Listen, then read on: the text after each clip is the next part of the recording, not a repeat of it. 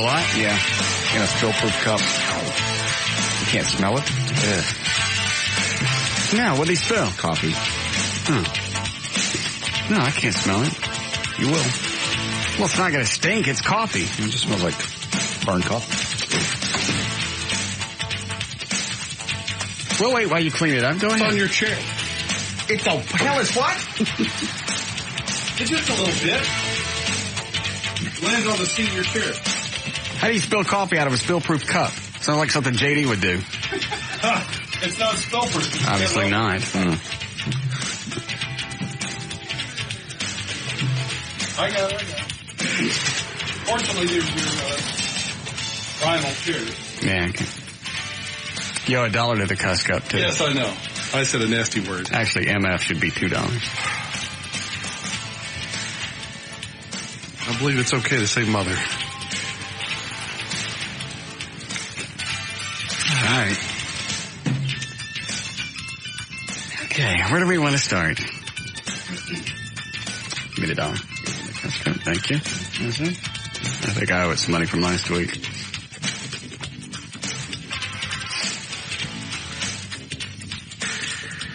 Everybody have a lovely weekend? It's quite nice weekend. Went to Commerce, watched my kid march.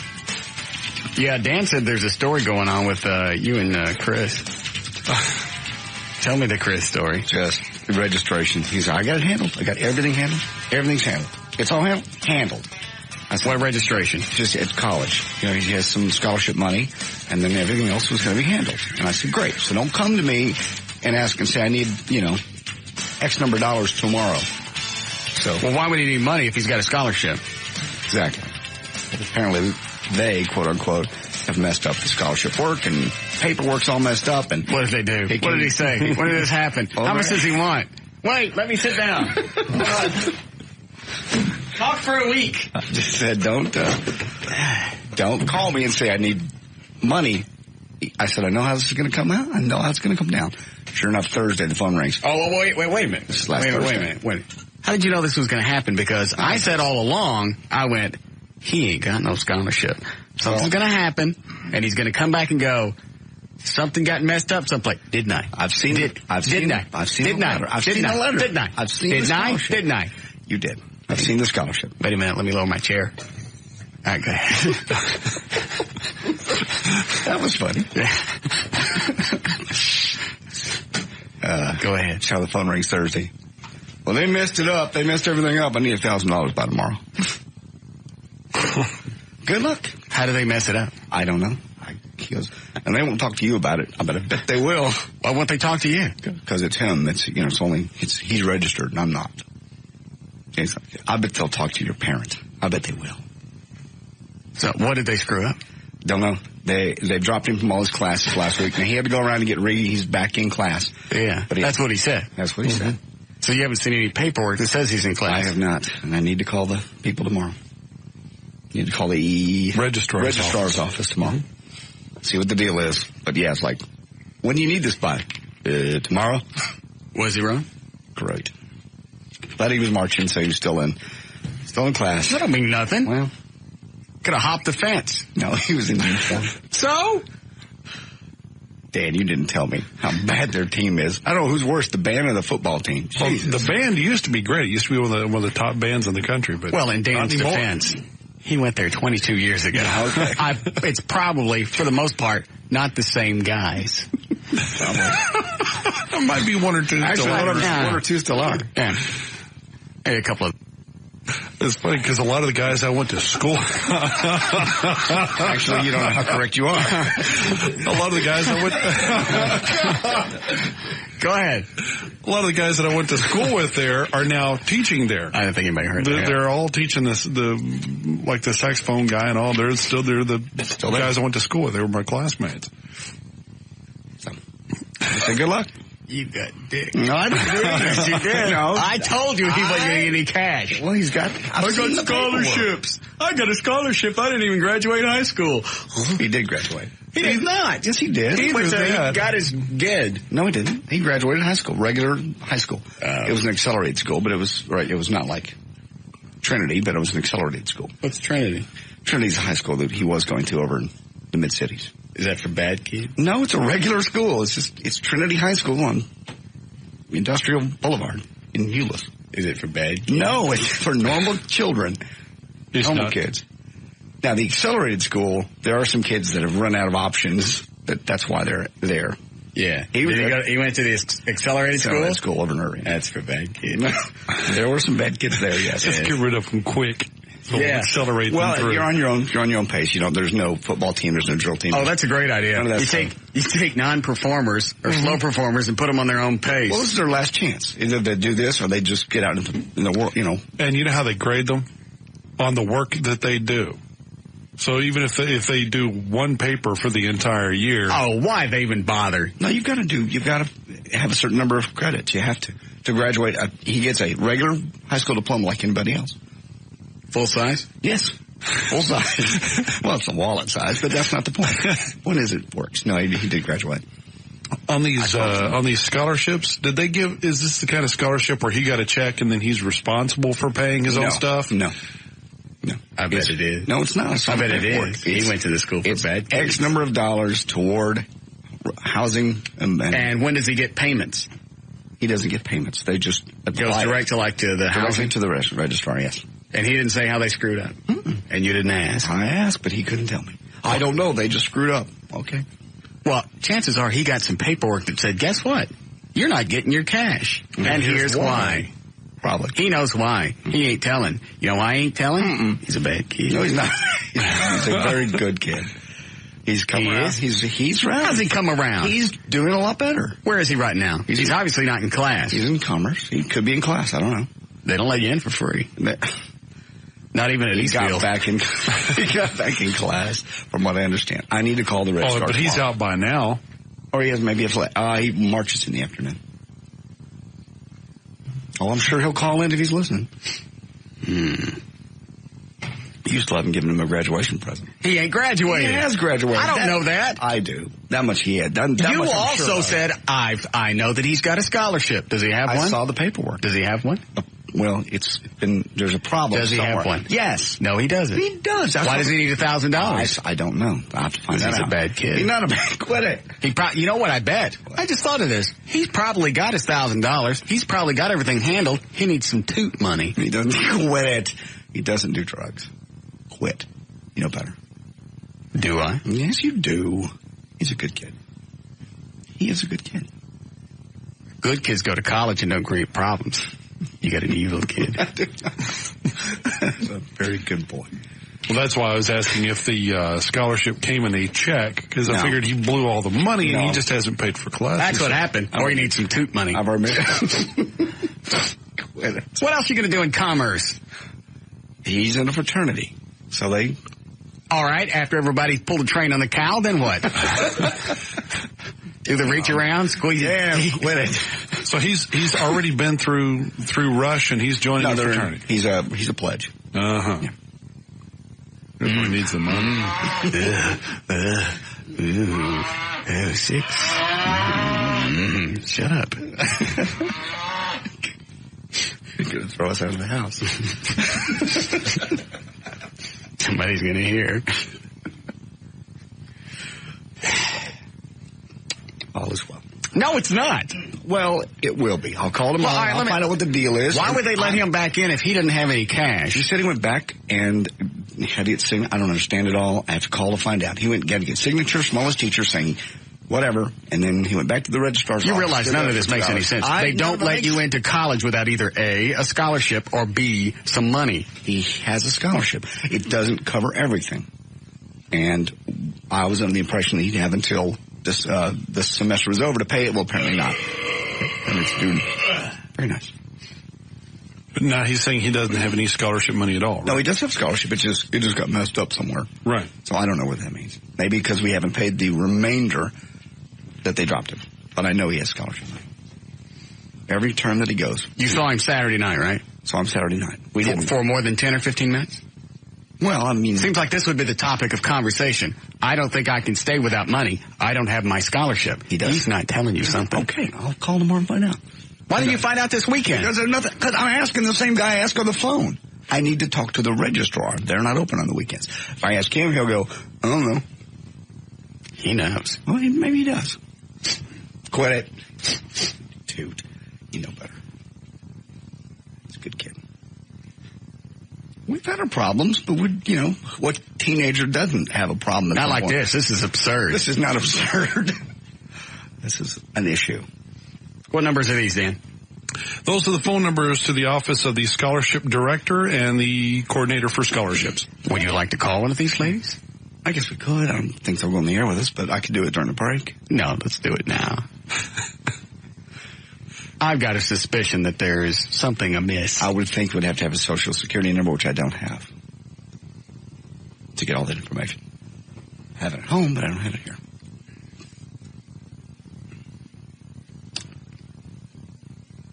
Okay, we'll check during a break. Okay. There are the numbers. Thank you, Daniel. You're welcome.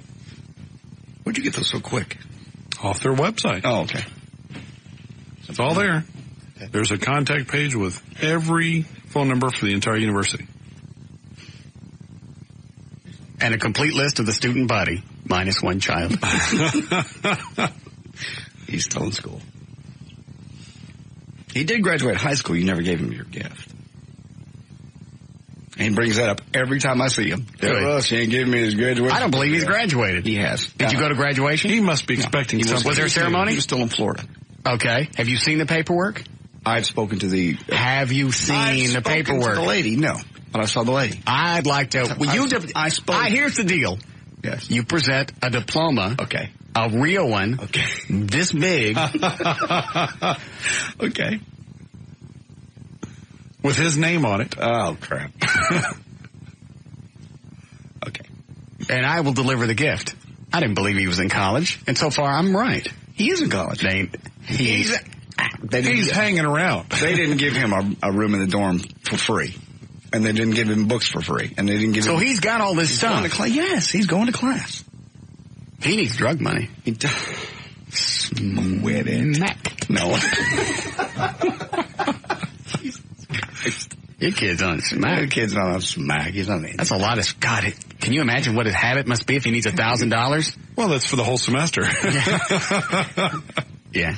It would look funny if he kept coming back to you every month or so for $250. Kid's on smack. No, he's not on smack. Quit. Smack or toot? Or pot? No, he's not a pot. How do you know all of this stuff? I just know. I know my kid. He's not perfect by any means, but I know him. Yeah, but he's away from you now. He's in college. Yeah, we talk every day. It'll make no difference. He can smoke while he's on the phone. No, he doesn't smoke. Hey, Dad. So what's that sound I hear? What? Sound like something boiling? Yeah. Making lunch? Somebody's cooking macaroni. Got my cash, dude. Because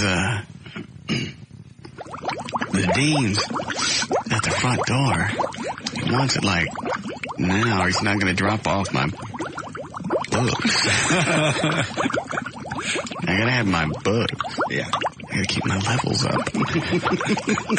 You know an awful lot of terminology for somebody who doesn't do it. I used to hang around a lot of people that did drugs when I was in junior high. I was around it all the time.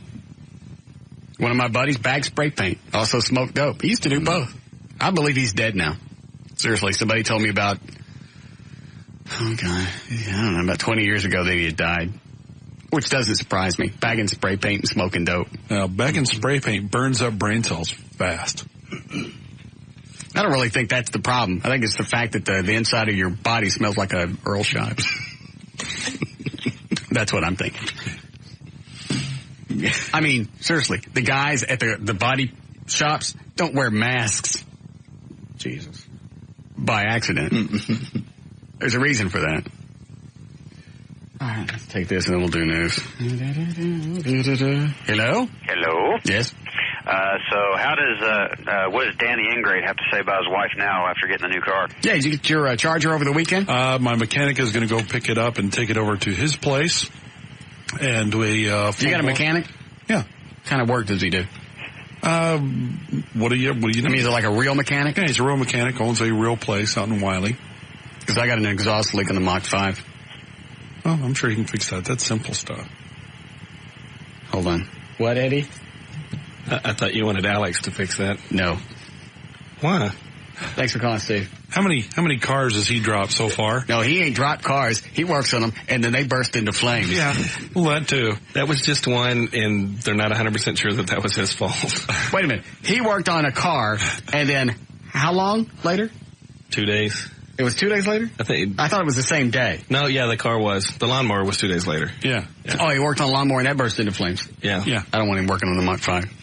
He's got the badges and everything. I mean, he went to school to learn how to become a mechanic.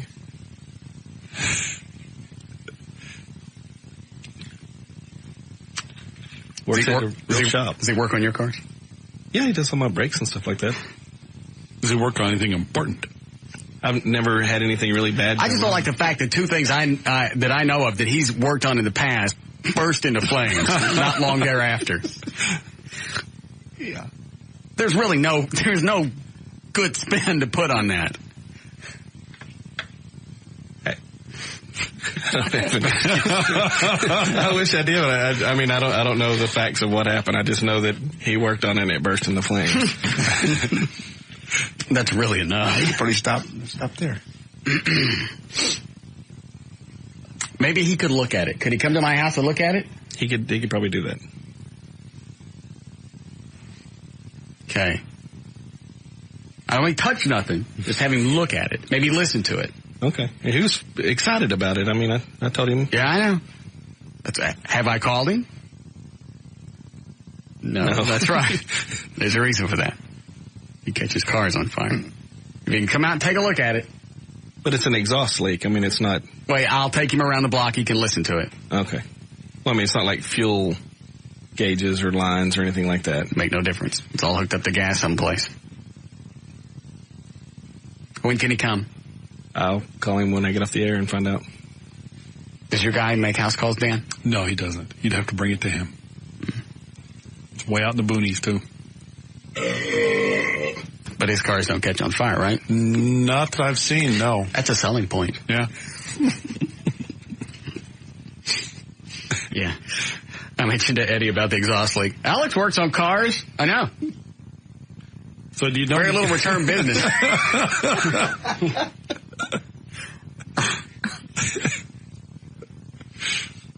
Now, if the car was, I'd say like 12 years old and on its last leg, yeah, I'd let him look at it because I could still get $700-800 out of insurance. Mm-hmm. Eddie, stop staring at me. His cars catch fire. Okay. You can't argue, can you? But out of how many cars? How many has he worked on that that haven't caught fire? I would probably venture at least 100. I mean, he's been out of school for a couple of years. Okay. Well, if he can come look at it, that'll be fine. What is it, Brian? What is the story about the girlfriend on your website? The little. Not talking about that just yet. Waiting till later. Oh no! Come on, go ahead. No, go over. That's the chick that Everett set me up with. The horsewoman? No, it was a hot one. Oh, okay. That's jacked, isn't it? I gotta hear the story. Yeah, it's a dandy one too. Yeah. Love story. Are you in love? 2 weeks? Yeah. Okay. We'll talk about it when we get into drive time. Okay. I want as many people to hear about this as possible. Almost all our hours are the same, though, aren't they? The ratings? Yeah. 3 o'clock's lightest, and 4, 5, and 6 are about the same. Yeah. All right. We'll wait till the good people turn on the radios. All right. Do we need a break for news, Eddie? Please. All right. We'll be back. More of the Russ Martin Show coming right up.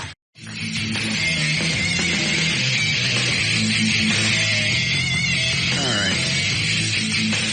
Line 2, O'Malley.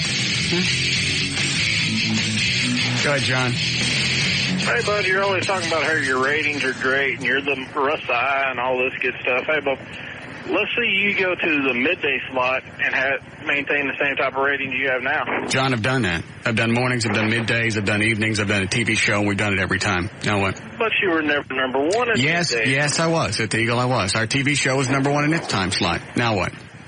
I don't believe it. Well, you don't believe it all you want, but it's the truth. Now what?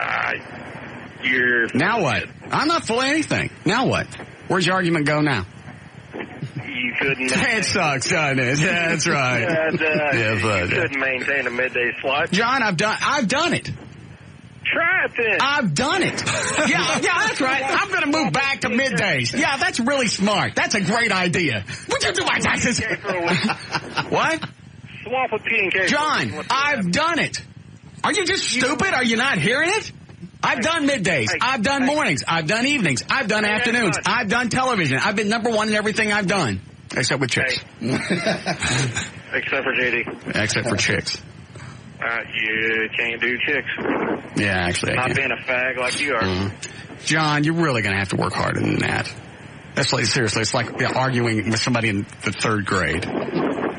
Yeah. You're losing a fight. Well, you go to hell! Nice going, John. Nice. What a waste. Yeah. Middays. But you tried middays, buddy. But you tried tough slot like me.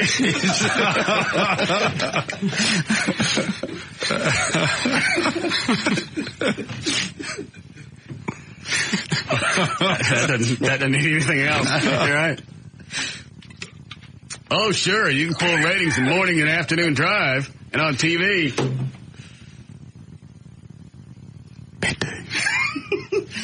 You know you can't handle it. That's why you're staying away from it. You're scared. Oh, God, what a jackass. I thought that was going to be a better call. All right. Okay. Yes, Natasha. Can you move back to midday? That's just ugly. All right, 341, J.D. Ryan's on the new 105.3 FM. Sorry. Hey, your kid's on the phone. Uh-oh. Question. Mustache. Okay, yeah. Dude. Good. Okay, news brought to us by the Platinum Club. See you there Thursday night with Jessica Drake. I'll be there from 8 till 10. She'll be dancing all night. Platinum Club is... What's that? Is she hot? Yeah. Porn star? Porn star. Let me pull that up while you're looking. West Northwest Highway, west of I-35, Thursday night. See you there. Birthdays today, Monday, September the 16th, 2002. Hold on a second. Oh, okay. How come, there goes Reed. You lost? Yeah. He never comes down here. You seen my office? Yeah. Where is it? Pointing me. Did they offer the Jessica Drake to us? No, they have not. But they may be following the rule that you laid down already. Well, I said I was sick of porn stars? Yeah. Oh, let me see what she looks like. Hold on. Jessica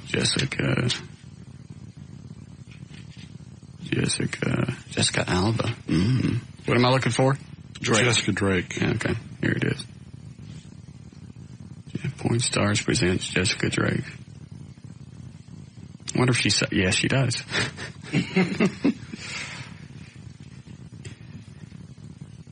All of them. Mm-hmm. Let me get a good shot of her face with nothing on it.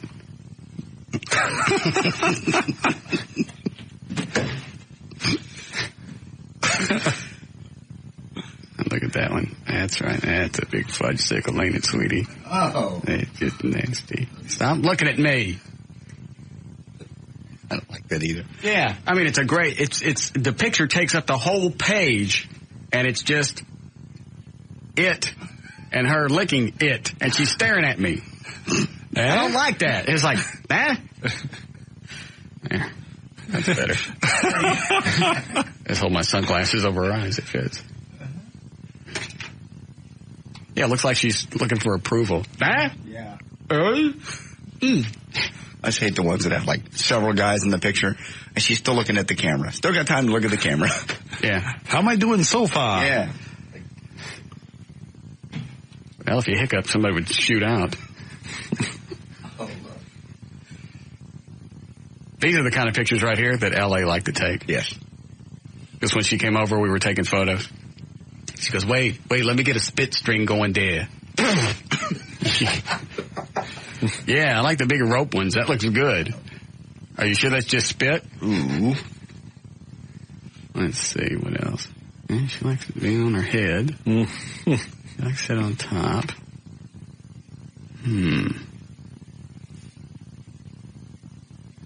We haven't done a shower with anybody in a long time.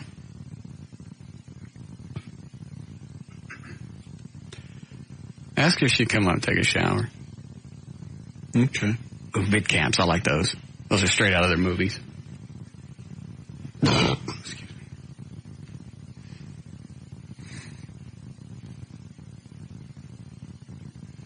Yeah, that's right. Open your eyes. Good girl. Yeah.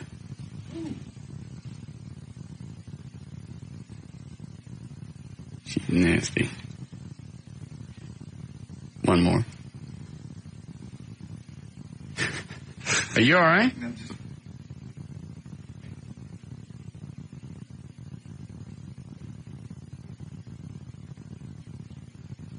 We're looking at porn. Yeah. Being quiet. Her face looks kind of like Julie Newmar back in the 60s. Well, I got to go back and look now. That's kind of a long, thin face. Yeah. Yeah. Yeah, she can come up if she wants. Call Vinny. Is it, where's it going to be? Platinum Club. Yeah, that's Vinny. Vinny's place. Yeah. She's cute. Vinny knows the rules, right? Yes. Okay. Okay, go ahead. Mark Anthony today, Monday, September 16th, is 33. Richard Marks turns 39. David Copperfield is 46. Mickey Rourke, 52. Ed Begley Jr. turns 53. Peter Falk, 75. B.B. King is 77. Lauren Bacall, still around at 78. 3 Muslim medical students detained after a woman said they were discussing terror plans, told reporters they want to clear their names and study to become doctors. The medical school where the men were. Hey, is Jessica Alba on my fantasy hump list? Sorry, while I was in the Jays, I just started looking around. Yeah, there's plenty there. Yes. She is? Yes, she is. Okay. Medical school where the guys were studying. Ross University has agreed to transfer them now to a different program. The students were speaking at a news conference, said they were worried about their futures, but have no resentment toward the woman who told authorities she overheard them discussing terror plans Thursday at a restaurant in Calhoun, Georgia. They were detained 17 hours, were not charged with any crime. Kraft Food Company recalling 12,600 pounds of turkey lunch kits because they contain ham. The lunch kits are recalled under the 3.8 ounce and the 6.75 ounce boxes of Oscar Mayer Lunchables, Cracker Stackers, lean turkey breast, and white turkey cured. Consumers concerned can take it back to the store they bought them. A Japanese woman said to be the oldest person alive. Oh, Jesus. Have you seen her? Yes. Oh, yeah. Turned 115 today. Imagine her naked. 115. Now, Komodo would you do her? No. No, I mean for the cash that we talked about a long time I ago. can't remember how much it was. It'd have to be millions. What do we say, $1 billion? It was $500 million because that's what what's her name was getting. The fat model chick. Yeah. I think we said $1 billion, didn't we? To bang like an 80-year-old woman? All right, now, assuming, of course, that her bones could hold up to you crawling on top. Would you? $1 billion? Damn. Yeah, I'm afraid. Let me just get on top of Meemaw here. Sorry. Stop moving around. You're paralyzed now. I'm not doing it easier. Komodo Hungo is her name. I bet it would actually come off on your condom. Yes. Oh. Oh, sweetie, you probably want to repack that. I feel so bad. She failed to stay awake for her big day. She's been in a deep sleep since 2 a.m. Yeah, some people call that coma. Death. Maybe because she got excited seeing all her visitors. She was born in 1887. She now has a very unique cycle of staying awake. She stays awake for 2 days straight and then sleeps for 2 days straight. There's no way that old woman stays awake for 2 minutes at a time. They say she does. Because I really thought when I saw the news story on CNN, I went, oh, how sad. She died on her birthday. No. Not just for ex-girlfriends. She can know. Oh. Sorry. Damn. If you're a long-time listener, everybody gets that. Yeah. Although she can no longer walk without help, she enjoys singing and dancing with her hands. At 115. Singing and dancing with her hands? You know, like moving her hands around, I guess. I don't know. Look at me, I'm walking. No, Granny, that's just your hands. 115.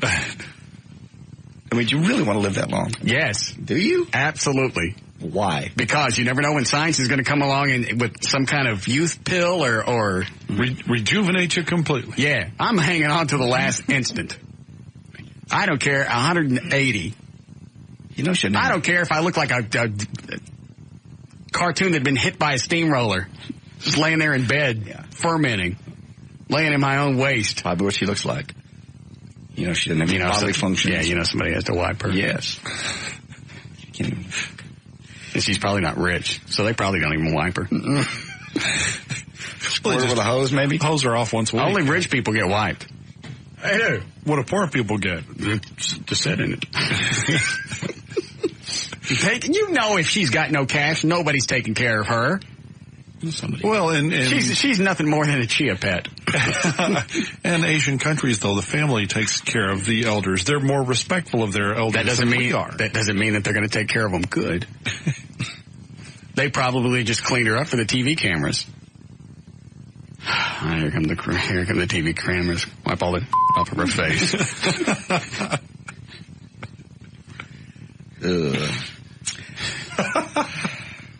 Following a humiliating loss to the expansion Houston Texans in the opener last week, Quincy Carter went 14 of 24 for 240 yards and 2 touchdowns with no interceptions, leading the Cowboys to a 21-13 win over the Tennessee Titans yesterday. Cowboys looked totally different from the uninspired, sloppy unit that was defeated 19-10 by the Texans in Houston last week. As we all expected, the mainstream media, which gave much attention to the WWE's commitment ceremony, is not amused by the way things ended up on Thursday with the beautiful Billy renouncing his gayness. But nobody's madder than GLAAD, the Gay and Lesbian Alliance Against Defamation. I bet Gary's pissed. I bet so. They say the deceptive He's not really gay. I masturbated to him. The deceptive folks at WWE promised GLAAD 2 months ago that the angle would end in a wedding. Well, it did. But he renounced his gayness. They didn't get married. Oh. And even told them the day after SmackDown taping that the wedding went down as planned. Vince McMahon has gone on record as saying, quote, "The media needs to remember wrestling isn't real." Yeah. Yes. So they're not really gay? No, they're not really gay. It's entertainment. It's just storyline. God, Jessica Alba's just a little piece. I think I like looking at pictures of her. Yeah, I think it's because she reminds me of an ex. Yeah. I'd take her back if she'd eat her kid.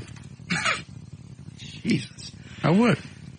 Speaking of people that broke up, ever since Britney Spears and Justin Timberlake broke up, we've been getting the impression that Justin was the one who broke away clean while Britney was left with all the emotional baggage. As it turns out, Justin may have been left with some issues as well.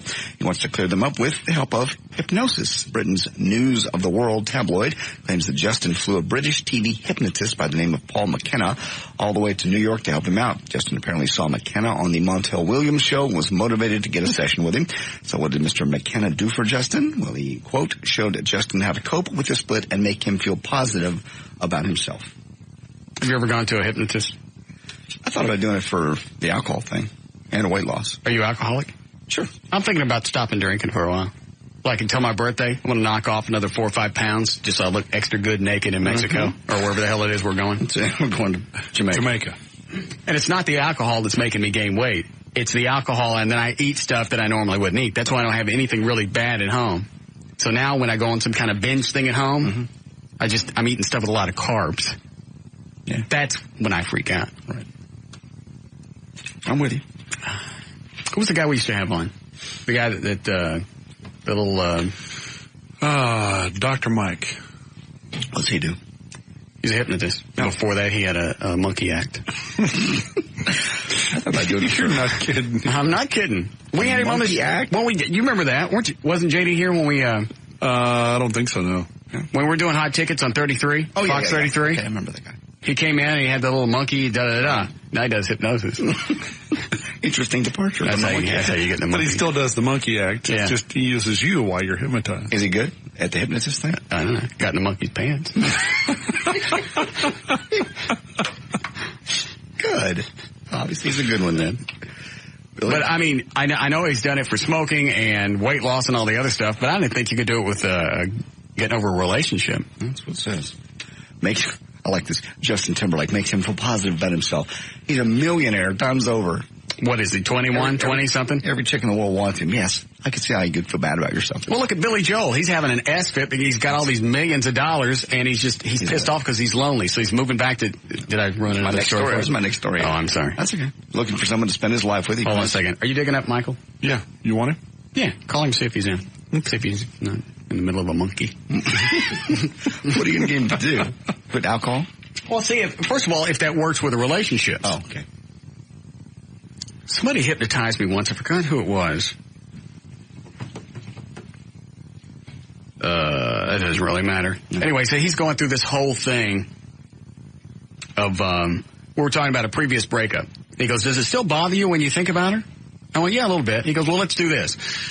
So, he gets me to lay back, and he's going through the whole scenario of relax and all, whatever it is that they do to get you relaxed. And I'm sitting in the chair, and I'm thinking, man, I got to pee. And I'm not paying attention to him, but I'm going to go along as far as I can before I whiz in my pants, because I just had a big gulp. Mm-hmm. So, in my mind, he has you drive past her house. Okay. Like in real life. Sure. Easy for you to recall. Yeah. And he goes, just visualize yourself driving to her house and let me know how many houses before you get to hers that it starts to bother you. And then I forgot where it was going, and he's doing all this stuff, and I'm thinking, what a waste of time. And right in the middle of this, my head itches, so I go to scratch it. My arm didn't move. Ooh. Yeah, they were just like really heavy, and I went to scratch. Finally, I went, smacked myself in the side of the head. So I guess there's something to it. Yeah, there is. Had I not been focusing on the big gulp, I probably would have gotten more out of it. I've Michael's done stuff with pain before. You want to try for the alcohol? I like to do it for the alcohol because I like to not drink at least until Jamaica. I did well last week. I went all week. I know that's not a big deal, but it's a big deal to me. Well, it'd be a big deal for me now because I think I'm having drinks every day. It was, believe me, Sunday night, Monday morning, slept like crap. I woke up, I had to wash the sheets. I'd sweat so much. Like night sweats and just terrible dreams, tossing and turning. It was awful. You're an alcoholic. I am. Tuesday was better. Wednesday was better. I won't argue with it. By Friday, I was okay. What do they call it? The DTs? I didn't go through that, but it was just your body getting shaking and sweats? Yeah, it was DT. Night sweats. DT. For sure. Your kid's not in college, yeah, alcoholic. But a swinging family. Thanks. There's a sitcom. I was just waiting to be had there. I just was drinking too much, so I quit. Eddie said we got a break. Okay. Are you done? It can be. There's Billy Joel done. We'd be finished. There's news and information. I'm J.D. Ryan on the Talk that Rocks Texas, the new 105.3 FM Talk.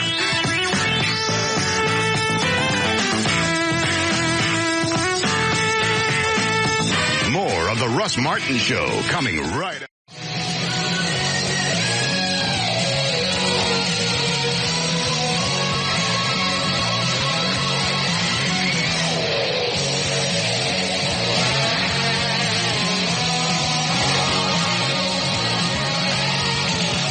All right.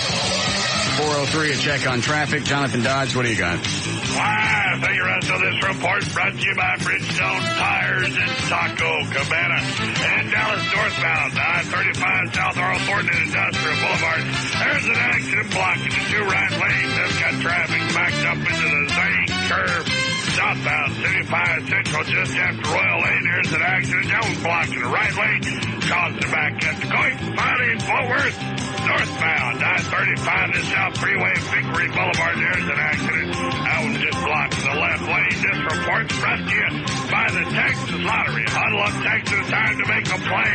For Texas tailgaters, the new scratch game for the Texas Lottery can win up to $3,000. Play Texas tailgaters today. That's traffic. I'm Jonathan Dodge in the new 105.3 FM. Mike, lightning. Thank you, Jonathan. All right, isolated thunderstorms this afternoon. Going to cool off a little bit to 67 for the overnight low. Back to 90 tomorrow.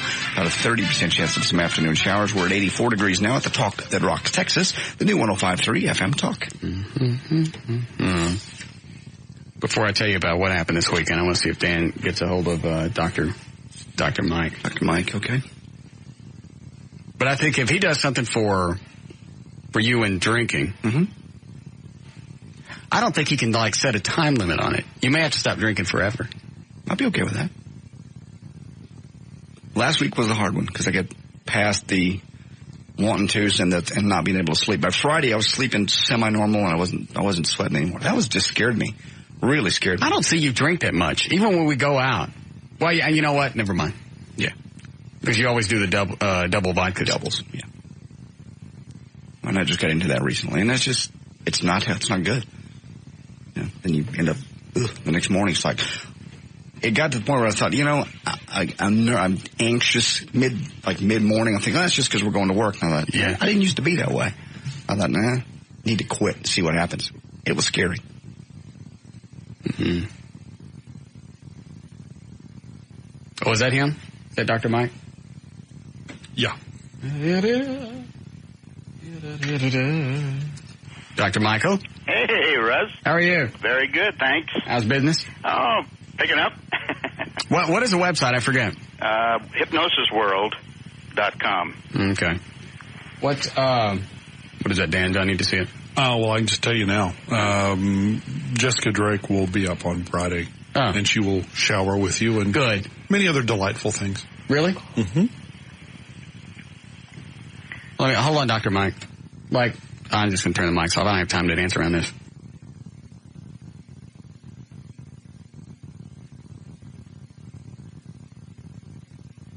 Both of them? Uh-huh. Okay. All right, you ready, Dr. Mike? That some things never change. Oh, I forgot. You could hear us anyway. We were talking earlier about hypnosis and using that to get over a relationship. Does that work? Sure.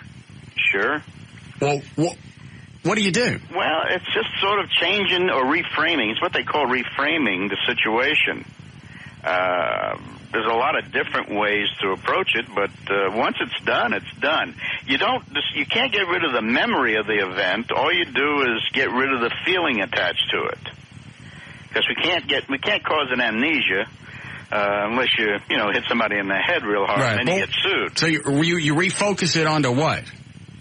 No, you just let go of it. You don't refocus it.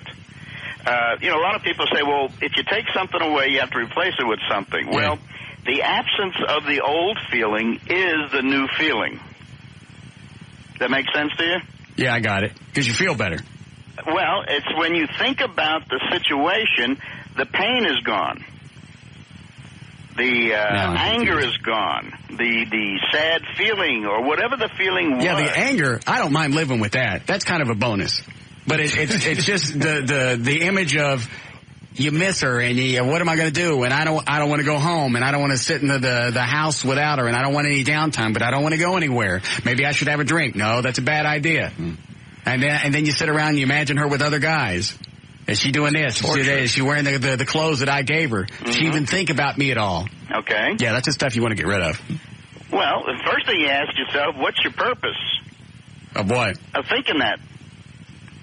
They're natural thoughts. If you've been with somebody. No, they're not natural. Well, if you have a history of, let's say, every Friday night you go out with blah, blah, blah, and you've done that for 2 years, and then Friday night comes and she's not there. Well, you know what? I see Dr. Mike's point. The part that's natural is missing her. The part that's not natural is punishing yourself. Oh, okay. Right. And that's what you're doing by going, well, I wonder who she's with. Or is she out right now? Or if I called over there, would some guy answer? Would I have to go over there and would I actually have to stand at her front door and beat on it until she actually came to the door and then I look like an idiot? Would I have to do that again?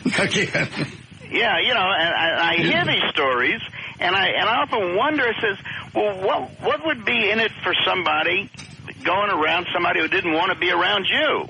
Why would you force yourself into that situation? Because you use just the least little bit of emotion that they left you with. Well, she still has feelings for me. If I could just find her, bitch. If I could just find her, I could convince her that we have something. I could show her that I can change. No, change don't work. Yeah, I know, but that's right. That's the way you rationalize. We go through it all. That's the lies we tell ourselves. And eventually you got to run out of lying. And then you got to start telling yourself the truth. What is it that you really want? I don't know. Say. Well, I do know what I want. What? It takes forever to dig those holes. Yeah, well, but why get stuck? Why get yourself stuck in a situation they always that... dig them up. Mm-hmm. Some of them dig their way back out. You got to dig deeper. Yeah. But yeah, you can discharge the anger. I mean, anger's no good at any level. Oh, anger's okay. It's the pain. No, the anger is worse than a cancer. That's what causes cancer is anger. Anger eats away at your organs. I didn't know that. Oh, absolutely. It's a negative energy. All right, how long does one of these sessions take to get rid of a chick? About 20 minutes or less. Wait a minute, you mean to tell me in 20 minutes you could take all the grief and anguish I'm feeling? 'Cause seriously, at different times in the past, I would have emptied out a bank account not to have to go through that. In fact, I've stayed in relationships in the past longer and tried to change just so I wouldn't have to go through the pain of breaking up. In fact, I even told myself, all right, here's what I'm going to do. I'm going to be a nice guy for a while. I'm going to find another chick while I still got her, and then I'm going to go from this chick. That's a nice guy. Shut up. I'm going to go from this chick to this other chick, and that way there won't be no pain because I already got somebody else. I think you avoid the intimacy now just on the chance that it's going to end and bring that pain. No, I would like them to meet somebody that I see a future in. But, after being around somebody for 2 or 3 minutes, you can tell if that's going to, be a long-term thing or a short course. Nah, not really. Yes, I can. It happens every time. Oh, phooey. You ain't been with enough of them to be that good yet. Yes, I have. You could just tell by the way. But you go into relationships already in your mind. You've got the relationship over. Yeah. Every time you meet a girl, I don't have it over. I just know what I'm not going to put up with anymore because I know if I allow those things to happen, I know how it's going to play out. But you're so ready for it to be over even before it begins. Adds excitement. Yes, it does. If you go into it negatively, it's going to end. It's going to be what you want it to be. Makes them work harder. Why should they have to work harder? Why don't you work harder? I've done it in the past. Let them do it for a while. Well, why don't I want to get a diamond tennis bracelet and a free trip from time to time, and then I can leave them 3 weeks later. You've been reading too much Cosmo. I don't read that. I do it. Yeah. Lives it. Yeah. But where'd you learn it? I don't know. It's one of those things, and I'm sure all guys have done it to where that you're wondering about the relationship. Is it about to go belly up? Okay, here's what I'll do. I'll get her something nice, and if she accepts it, nobody would accept something nice if they were about to leave. Oh yeah? Oh, laugh at me. You've never done that? Oh, yeah. But chicks are of a different mindset. That's their parting gift as far as they're concerned. Oh, how nice. Mm-hmm. Well, I guess I can stay around for another 3 weeks. Because that's, in the past, that's what it's been, pretty close to that. Well, how would you change it? I don't give them anything. Okay, what does that prove? I still got $1,500 in the bank. Yeah, but nobody's counting what's in your pocket or your bank, see? But I mean, that's just more of that just kind of adds insult to injury. Not only did you lose her, bitch took the $1,500 tennis bracelet. Okay, so after you've done that once or twice, what do you do next time you want to get into a relationship with somebody? I don't know. I haven't been in one in so long. I don't even know how it works anymore. I really don't. It's been a long time.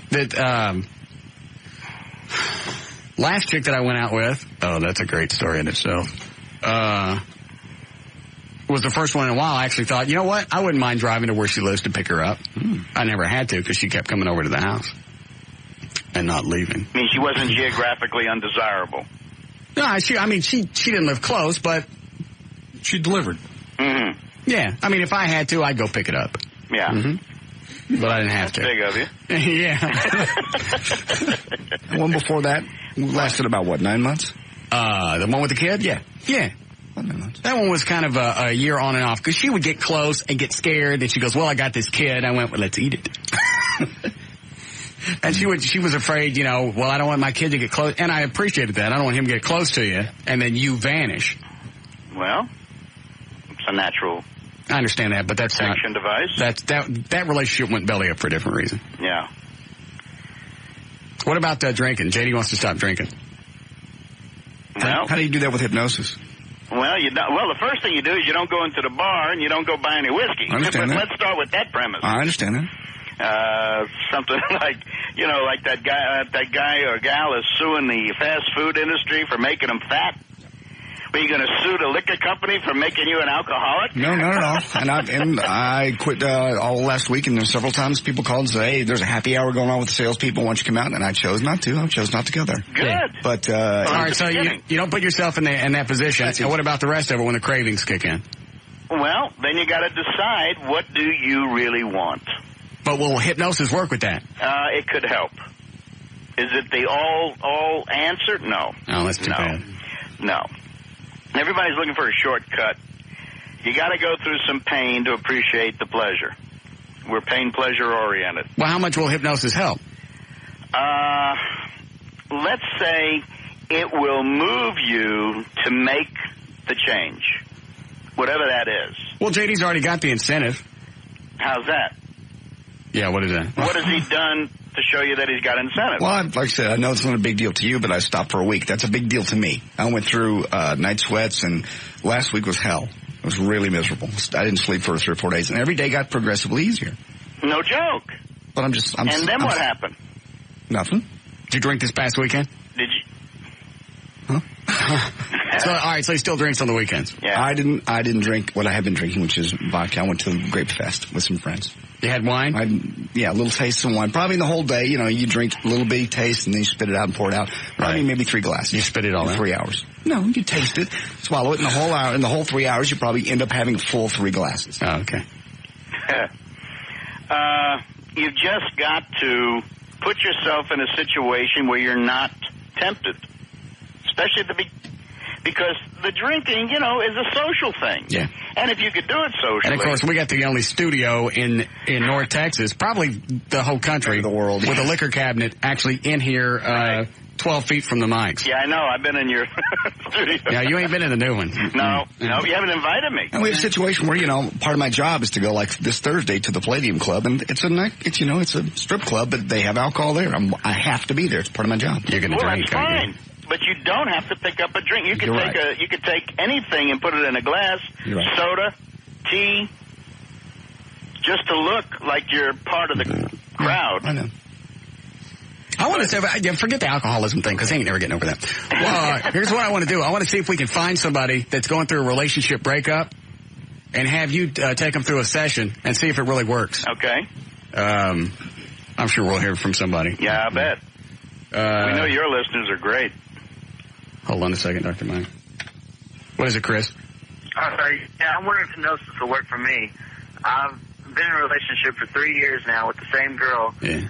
And I haven't seen anybody else or anything like that. Now all of a sudden she's starting to see other people and she's thinking she needs to move on and everything like that. And I just need to know if hypnosis will work for me. Or what do you want to use it for? To get over her or try and change to fit into her little mold? No, I don't want to fit into her anything except her pants, but still. So you want to know, can he get you through this breakup? Yeah, if he can. It's not really a breakup right now. It's just kind of. It's on the way. And you don't want to turn loose, do you? Well, no. Pussy, be a man. Walk away from it. This from the master. Well, you know what? It's going to happen sooner or later. Why hang on to it? She's seeing other people. It's just a matter of time, and you're... Yeah. Why are you seeing other people? Because I want to prove to her that I still love her. I still believe in this relationship. Well, kind of. Pussy. Yeah. Pussy. Hypnosis isn't going to help you. You're sleeping with other guys, and you're putting up with it. Well, she's not sleeping with Oh, me. yeah. She's going out. They're sticking their things in her squid. No. Yes. You're not serious. She's going on dates with other guys, and you think there's no sex, ever. They're at least playing with their cans. Probably a little finger action. Well, yeah, probably, but... And you don't... But I'll wait for you. I'll wait. Has she, are you guys still going out? Yeah. No, you're not. She's already moved on. You're in denial. I'm not in denial. You're not dating anymore, are you? She's actually calling me right now. She just beeped in. Really? Yeah. Click over. I want to hear. Well, click over really quick and come back. All right. Can you hold? Yeah. Okay. Hurry up. Wonder if she's listening too. You know, might be. You know, she's getting fingered. Of course. She's dating other people, but there's no sex involved. I'm just going out with these guys for the companionship. Yes, is that her? Okay. Was it her? Yeah, it was her. Yeah, what did she want? Just to talk, I guess. I didn't ask. I don't know. She's been really nice, though. She wants something. It's coming. Mm-hmm. You know what you're in right now, Chris? What's that? Eye of the storm. Eye of the storm? Yeah. You really are. Yeah. She'd be really nice, and then poof, she's gone. I don't like John. I don't like that. Hold on a second. There's no other guy there right now. Yeah. Hey, Dr. Mike? Yes. Can you get him away from this chick? Well, yeah, if I could talk to him for a moment. No, I don't want you to talk to him. Hold on. I want to talk to him. Hey, pussy. What? We're going to hook you up with Dr. Mike, and we'll see if he can get you through this. Okay. All right. I'm going to put you on hold. McDougal's going to get your phone number. Okay. Then we'll give it to Dr. Mike. Okay. All right? All right. Unless you want me to talk to her for you. Do you want to call her? You got a phone number. Do we have to break, Eddie? Yes. All right, yeah. We're going to put you on hold. We're going to get her phone number. We got to take a break. Okay. All right, so hang on. All right. All right. We'll be back. More of the Russ Martin Show coming right up. Call Russ now at 214-787-1053. All right, did we get that guy's, the chick's phone number? Oh, O'Malley brought it in. He's pointing over here at you, Dan. Is this it?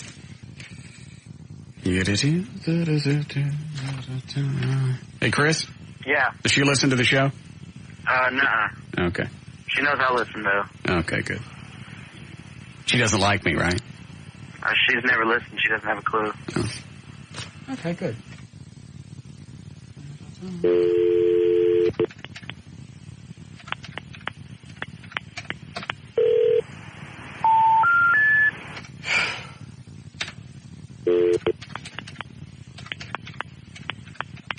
She's going out on dates. Nothing's happening. She said nothing's happening. They're just friends. Let me take her off the air first. I can change. I can be the man she wants me to be. Just stayed over because it was late and he was drunk. Hi, is Ashley in? Hi, Ashley. It's Russ Martin at KYNG. I'm on the air. Can I talk to you? Okay. What are you doing? Nothing. Yeah. I got Chris on the other line. Oh, really? Yeah, hold on a second. Da-da-da. Which line is he on? 6? Yes. You there, Chris? Yeah, I'm here. Okay. So, Ashley. Yeah? Chris says that you're wanting more space and you're wanting to date other guys. No, not true. Then what were you doing last night? Yeah! Man! Busted. Hold on. You still there, Chris? Yeah, I'm still here. All right, I was trying to find out who got cut off. What was she doing? What was she doing last night? She went with her friend to Fort Worth like she always does, and she wouldn't tell me, where they were going or whatever. And they were with this one guy, Matt, her, 3 girls and 3 guys. Yeah. And she says that they're just friends. 2 girls and 2 guys are seeing each other, and she's just with this other one that they're just friends. Right, just happened to be, both of them were just straggling along, and they just happened to get hooked. Why weren't you invited out? Yeah. I have no idea. Okay. She said that she wanted to be considerate because I had to work today and I needed to sleep and stuff like that. So she didn't even ask you? No, she didn't even tell me she was going until after she was there. She was being considerate. How did you find out she was there? She called me. Oh, she did. She called to check and see where I was at. Of course. Well, what did she say when she called? What did she say? Yeah. She asked where I was. I told her I was with a friend, and she was like, oh, well, so am I, and she hung up. Oh, really? Yeah. Who were you with last night? I was just a guy friend of mine named John. Oh. Is that your line clicking? Yeah, that's her. Oh, don't answer it. I'm going to call her. Hold on. I'm not going to answer it. Uh-huh. Mm-hmm.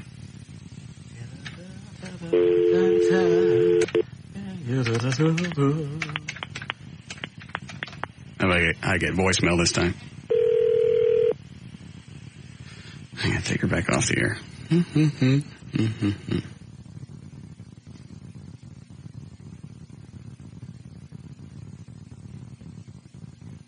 She ain't going to answer. Ashley, why'd you hang up? Why is he? Can I talk to you on the air again? Why not? Come on. Sweetie pie. How old are you? How old? Ooh. Let me talk to you on there for a second. Are you crying? What are you doing? You want Chris to leave you alone too? Is it over? No, hang up. Sweetie! Damn it, I feel like I'm getting dumped. Don't hang up, sweetie. Honey. Call her right back. Don't hang up this time. You may call her back? Yes. She's not going to talk to me on the air. It sounds like she was drying her hair. No. Hey, Chris, Huh? how old are you? I'm 18. And where did she go last night? Charleston's, a restaurant over there in Fort Worth somewhere. Oh, I thought you meant she went to a bar, because she said she was only 17. No. I think it's over. You want me to call her back and ask her again? No, don't mess with her. You're just going to piss her off more. No, she's mad already. There's no more damage that can be done. You want me to call her back? Sure, call her. Okay, good. Hold on. Oh, I don't have to dial 9.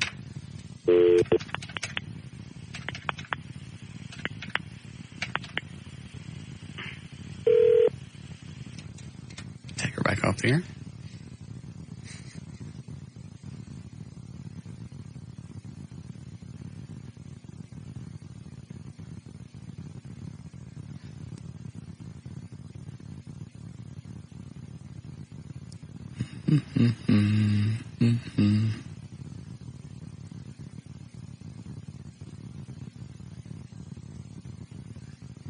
Ooh, I got a parent. Okay.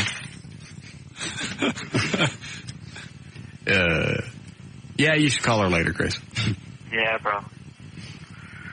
All right, glad we could help.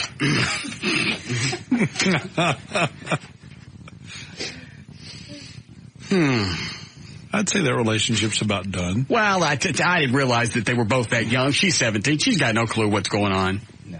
Normally, if you want to find somebody that's going to make a long term, this isn't always true, but how many times have you been around a guy who's been married and the chick hits 30 and she nuts out and all of a sudden wants a bunch of different stuff? Yep. You don't really even know who you are or what you want until you're 30. Yeah. You really So normally you want a chick that's been through a lot of stuff, gotten all that weird crap worked out, pick her up at 30, 31. All right. And then go on from there. But by then sometimes they've got so much battle damage and they got kids and they've got other issues and they got exes and they got, unfortunately by that age. Yes, Holly? Hi, is this Russ? Yes. Hi, well, I just wanted to ask you a question. Okay. Which is, why can't men be more manly? All the guys I'm meeting are total pusses. You know, like my boyfriend called me on Saturday to cancel our date. We had made it like 2 weeks ago. We haven't even seen each other because he didn't feel good. And then he had the nerve to Maybe he was sick. Well, he had the nerve to ask me to bring him something to eat after he cancels our date. Yeah. That's such crap. I couldn't even believe that. I did the same thing last night to a chick. I was supposed to go have drinks with her last night. Yeah. And I'd forgotten about it because my allergies kicked in Saturday. And it's just like I was sick all day Sunday. I didn't even think I was going to come in today. So she emails me, are we still going out for drinks? Can't, I'm sick. Bring me something to eat. Well, in a way, that could be a date. You're supposed to be tough, you know? I mean, No, we're not supposed to be tough. First of all, you have no idea. For us to actually admit we're sick, we got to be really, really sick. With you, with women, you get sick all the time. Oh, You're cool. and you're used to it. You are. Cool. That's why you guys get all these type of different diseases, because you can handle it. I don't know what I would do if I got a yeast infection. Yeah, that would be weird. Well, why can't you guys take care of yourself when you're sick? I mean, we take care of ourselves. I must be sick. What? Hey, John? Yeah?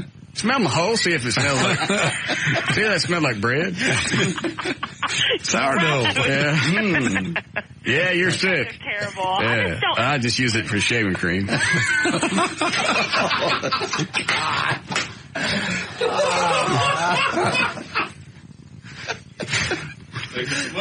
Yeah. You still there? Yes. Well, when guys get sick, yeah, it's more than you could possibly imagine. Yeah, it's just so terrible that you just can't get through a little cold by yourself. You don't know how bad a cold is to have until you have a man cold. Oh, a man cold is worse than a woman cold. Absolutely. Oh, I see. Well, I guess you've answered my question. I just don't understand why my boyfriend is such a baby. Well, you can make that debate. Well, first of all, why didn't you go take him something to eat? Because, screw that, I'm not taking him him something to eat. He didn't bring me something to eat when I was sick 2 weeks ago. That's because you don't get as sick as bad as guys do. You probably gave it to him. I did. Did you? But so? Women Holly, women have no idea what real pain is. Oh, please. We've had the babies around here. Babies, you no clue. You get kicked in the balls once if you lived through that. No, thank you. I'd rather have a kid. I would. Yeah. Well, I would. If somebody goes, which would you rather do? Get kicked in the balls or go through 9 months and give childbirth without any type of anesthesia? I'll have 3 kids at once. Oh, my Lord. Okay, I want to see legs that first, happen. with their arms straight out. Oh, Lord. Y'all are terrible.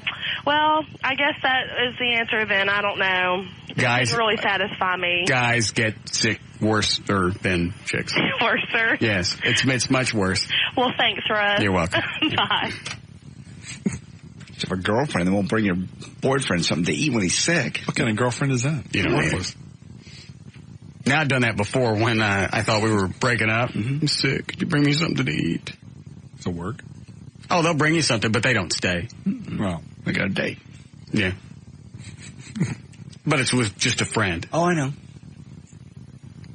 Man, that was a chicken ass thing to do, to have a date and then call your boyfriend and find out where the hell he is, make sure he's not doing anything. Does that sound like somebody that I used to date? Yeah. Get us tickets for the play. You wait out front for me. I love this story. Tell it again. We have to take a break? Oh, now, just let me point out. The story you're going to tell right now ain't as good as what happened to me over the weekend, but it's a dandy story. Oh, okay. Yeah, well, we were off again, on again. I know that's shocked you. But yeah, it's like, get tickets to the Sandwich Pocket Theater, or whatever it is, Pocket Sandwich Theater, 8 o'clock, Saturday night. Wait out front for me. This is going to be so much fun. I love theaters, and I love you. She called, even used my little pet name. I can't wait to see you. Whatever. What's the pet name? What was it? Come on, Pookie Bear. Buddy Hole, Butterhole. No. I don't want to say it anyway. What was it? I'll turn the mics off. Bad. Muffin's not bad. Oh, quit. Anyway, I can't wait to see you. Come to find out, she's in the car with her sister on the way to a date. Well, my sister said these guys, we're going to see them. And I thought you'd just probably figure out where we were and come visit me. And I walked in the bar and you were on a date after saying, I can't wait to see you. Come. How long did you wait at the sandwich theater? Since it started I think it started at 8. I figured about 8:30 and no more, the cell phone been turned off. I've been stood up. I don't think I would have figured that out in a half an hour. That's such a cruel thing to do. Well, that way she knows I couldn't make plans. Right. She knew where I was, at least for part of the night. See, she put me away while she goes and has a date. Yeah. It was very ingenious. I get it. And then she had the nerve to call me Sunday morning. Hi, honey. What did she say that Sunday morning? That's about as far as she got before I went off on her.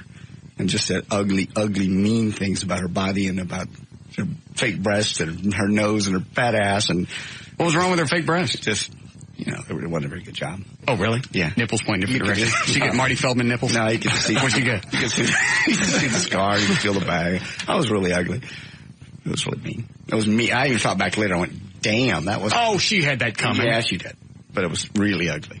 And then you took her back? No, I never saw her again. After that? She tried to get together a couple weeks later. That Sunday and Wednesday, she got married to a drummer. I thought you guys talked, and she said, I'm going to go out of town, and we're going to come back and work on this. Yes. That was Sunday. And you agreed to that, though, right? I said, well, you call me when you get back in town. So Wednesday comes, Thursday, Friday, Saturday. Saturday, I'm at a concert. It's a country concert. It's Hank Williams Jr., still remember. And I look up to the crowd, and there she walks with this guy. Walked up and said, hey, what are you doing? He goes, hi, do I know you? This is my wife. I went, we're old friends. Hadn't seen her in a long time. Both weeks since I banged her. Anyway, take care. You are a lucky man. And then she nutted out worse, right? Yeah, she ended up, he'd go on the road and she was cheating some fireman, had a baby with the fireman, and it was very complicated. The fireman tried to get you involved in that, didn't he? Yes, he did. Tried to get me to go to court. What were you going to say? Hey, so you just come and tell what a nut she is? No! You got yourself into this. You're banging a married woman. You got whatever you got coming. I'm not coming to get in the middle of this. I'm out of that one. Who's got the kid? I have no idea. Probably her. Huh. Her and her daddy's money. Probably got the kid. All right. Freaky. Oh, this guy's been on hold for like 40 minutes. Hey, Brian? Yeah, what's up? What was your question? Yeah, do you still got that hypnotist on there still? Yeah, what'd you want? Hold on a second. Yeah, hello? Hello? Yeah, it's Dr. Mike. You crazy, man. No, what's your question? It's Dr. Mike. Yeah, I want to know about smoking. Can you... You're going to have to ask the question again and not cuss. What's your question? My bad, Yeah. I was want to know, can y'all help people quit smoking? Only white people. Bye. More of the Russ Martin Show coming right up.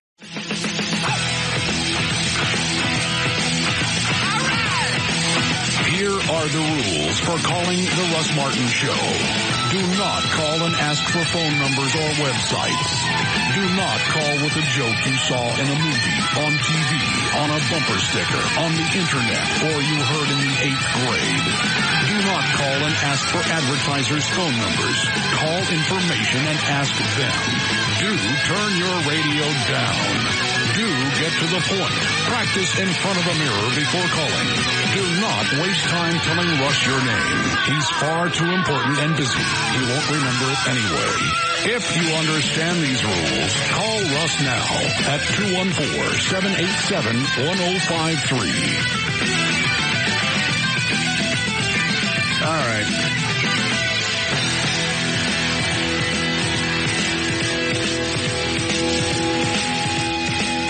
.453, this is KYNG Dallas Fort Worth, in case we forget later. All right, let me see. Yes, Leslie? Hello. Yes? Can I come up there? Why? I don't know. Why? Why not? How old are you? 34. Yeah. Kids? Well, you said 30s. I didn't say I wanted one. I just said that's a good time to get one. What, kids? Do you have kids? 34. Do you have... 5'3". 5'3". Size 3. Yeah. Did you say 5'3" or size 3? I can't tell. Size 3. 5'4", size 3. Got it. Gotcha. Hey. What do you weigh? I just thought. Okay, 120. Ah, it's good. It's good. I didn't say anything yet. 5'3", 5'3" and 120 pounds sounds fat. Hey, I'm telling you, it's good. It's all good. Where are you right now? I am on 360. I don't even know where you guys are located at because I'm coming up there to see you guys. Oh, see? I'm gonna put you on hold and O'Malley will tell you how to get here. See, Ross, now why you gotta say, oh? Do you want directions? Yeah, but... Why did you decide today of all days to come up? Other than the fact you're drunk. I am in dental school, and I kind of skipped and went and drank with all my friends and said, nice. So, yeah. I didn't take long. No. You know. So, yes, I would love for you to come on up. Yeah, so I'm coming out there, but when you ask me, if you want to tell me where to go, no. Because most guys, they're like, oh, straight to hell. No, I'm kidding. Yes, I want you to come on up. I'm going to put you on hold. O'Malley's going to give you directions. Do you know how to tell her to get here from 360? Okay. Honey, give me directions. All right, hold on a second. All righty. There you go, O'Malley. She's all yours. Line. Yes, Jeremy? Yeah, I was wondering what happened this weekend. Oh, that's right. I never told you guys. No. Well, now is as good a time as any. Yes, it's drive time. All right. Thanks. Thanks, Jeremy. The drunks are calling in. Yeah. It's drive time. I don't even know where to start. Oops. Sorry.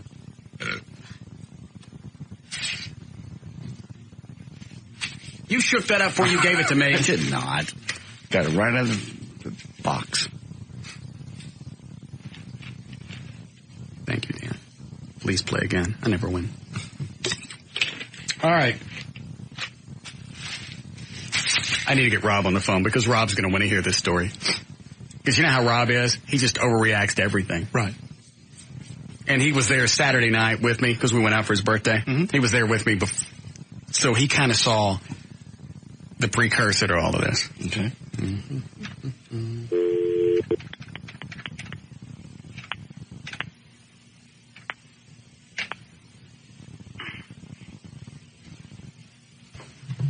was his big birthday.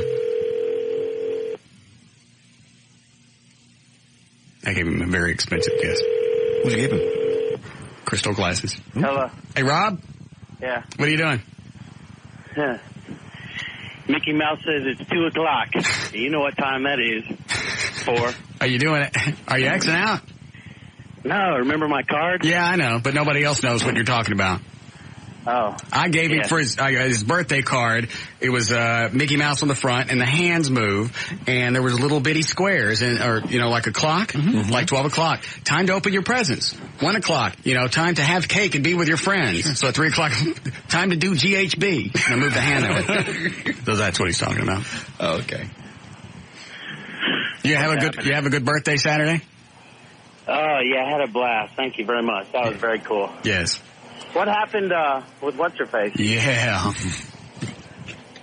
I've been trying to hear this all weekend, and you little freak, you wouldn't even tell me. Yeah. I wanted to wait till we got on the air, because I would tell you off the air, and then I'd tell you on the air, and it's not going to be the same reaction. Let's see, where did I start? I'll start with Friday, because this all kind of led up to what happened Saturday night. This is the same girl that Everett set you up with? Yes. That you liked? Right. Okay. All right. So I decide we're going to go out Friday night. Okay. All right. So I call her and I say, why don't you come out here? We'll go to dinner. Bring your dog. So that way if it's too late, you don't have to drive back home. There you go. All right. So we go to dinner. So she doesn't like leaving her dog overnight, just like you don't. Right. Okay. And something in common there. And it's a puppy. Right. I guess she leaves it in its carrier when she's gone. Right. And you don't want to leave a puppy overnight anyway. Right. So she brings her dog. Got it. Which I thought was very kind of me. Mm-hmm. Very nice. We go to dinner. We come back. Good. By the way, that's sex noise. I didn't beat her. Oh, okay. No, that's not as good, but okay. All right. She stays the night. Mm-hmm. Get up the next morning. Still sex noise. Mm-hmm. Okay. Good weekend. Right. She don't go home. What, Saturday day? Yeah. Okay. She spends the whole day. Yeah. And I got stuff to do. So, we get up and it's, now like 9, 10 o'clock. And she's still just sitting around. And I'm waiting. I went, you know what? Screw it. I'm going to go do yard work. Because I can't sit here and visit all day. Maybe she's just waiting to wake up and then she'll leave. Right. You'll start into your daily routine or your weekend routine. She'll figure out I got stuff to do. And she'll leave. Right. I go do the yard. I mow. Come back in. Sitting in the same spot watching TV. I go out. I trim the hedges. Come back in. Same spot. Weed eat. Blow the leaves. All of it. Ain't moved.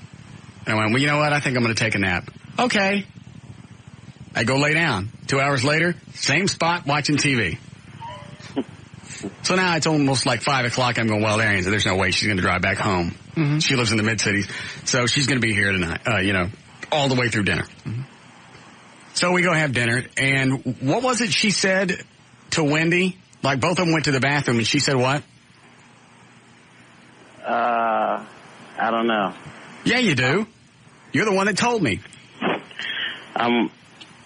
I can't remember. What did she say to Wendy? Yeah. I'm sorry. Wendy's distracting me right now. What is she doing? Well, we're sitting up here on the roof, and she's playing with herself. Is she really? Oh. Yes. Oh, and of course, anytime we go to do anything, Wendy's wearing, I don't know how you find stuff so small that actually stays on your body. Oh, all right. Exposing those great big cans of hers. Oh, she said something about Russ being out of his element or something. Is that what you're talking about? I don't know. You said she told Wendy or you I was being an ass. Oh, because you weren't saying anything to her. Because she was, I think it all had to stem from when you boobs. Back up and tell it again. Sorry. That's all right. She said something about, you walked in and you go, hey, Wendy, how are you? God, could your boobs be any bigger or something like that? Could you wear something smaller to make those look bigger? Right. And she kind of looked at you like, how dare you say something like that when you're in my presence? And I was missed that part. Ooh, it's good. You could just see it in her eyes. I'm like, oh, it's going to be a long night tonight. Yeah. So then we go to eat. So wait, the fact that you made a comment about Wendy's breasts, I guess, in front of her, I suppose, upset her. I didn't pick up on that. I had no idea that had anything to do. I hadn't said much all day because I'd been doing yard work, hoping at one point she'd go the hell home. And of course, in the meantime, she's sitting in one spot, not moving, and her dog's running all over my house, whizzing and crapping on my $5,000 carpet, and she's not getting up. Does she even walk her own dog? No. Yes. Well, you can say something like, hey, I've got some errands to run. What time do you want to get together tonight? Which would indicate leave. I don't know what made her think she was going to stay all day. I had a chick. Maybe the fact that you didn't tell her to go. I think she was planning on staying all. Yeah. Had you guys made plans to go to Rob's party together? Yes. Okay, so that was okay. Well, she was just figuring, hey, you know. And I actually called Everett because I had to go to the store for something during the day, and I called him. I went, this chick you introduced me to won't leave. He goes, well, what do you mean? I mean, you know when somebody comes and they don't leave? Yeah, that's what she's doing. She won't leave. He goes, well, maybe because you had plans Friday and Saturday. Yeah, that's Friday and Saturday night, she was going to stay all weekend. I went, listen to the words you used. We had plans Friday night, Saturday night, not Friday and Saturday. Weekend. So, on the way back, we're riding back in the limo. And she said something out loud in front of everybody about me being an ass. And I went, well, then you certainly won't mind that drive back home tonight. No, I won't. I know plenty of people in Dallas. Okay. Okay, so this all started with saying something about Wendy earlier. I have no idea. It's been building. Who knows? And then she said something about you being an ass. And right. You said, okay, fine, you won't mind. She probably expected you to hang out with her all day Saturday. Yeah. And do stuff. Take her somewhere. Yeah. Go shopping, have fun. Well, that didn't work out. So, we get home. You know what, yes. too? Yeah. I mean, the whole night, I felt honored that you would come and hang out with us, so I kept saying, hey, you know what, I really appreciate you coming out for my birthday, blah, blah, blah, blah. And she was like, well, what's the big deal? I'm out of my element. These aren't my friends. Why isn't anybody thanking me? And I'm like, who the hell are you? When did she say that? She said it to Wendy throughout the night. She said it twice. Yeah, when we were sitting there eating, and they got up and they were sitting at the bar. Yeah. So, anyway. Sorry. No, that's all right. So, Rob and Wendy pulled me aside right before we all split up and said, you know what, here's what she said. I don't know if, you do what you want, but we don't like her. I went, okay. So, we get home. She goes in, and it kind of sounds like she's getting all her stuff, getting ready to leave. Right. All right? So I go take Abby out, I come back in, and she's crawling into bed. And I went, you guys aren't, and I said it like this, so it's not like it was ugly. Hey, you guys aren't staying. Oh.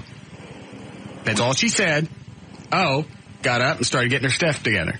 Well, you already made it clear she wasn't staying. You already told her you won't mind that drive back? Absolutely. That's why I thought she was going to go home and pack all the stuff. Okay. And then leave. Yeah. All right. So I went, you guys aren't staying. She said, oh. Mm-hmm. That was the end of that conversation. Okay. I took Abby, took her upstairs so she wouldn't be in the way. Mm-hmm. By the time I got to my office upstairs, I heard the front door slam, and I'm thinking, damn, that's quick. I go downstairs, all her stuff's already out. Okay. Okay? Her, the dog, everything. I go to lock the door.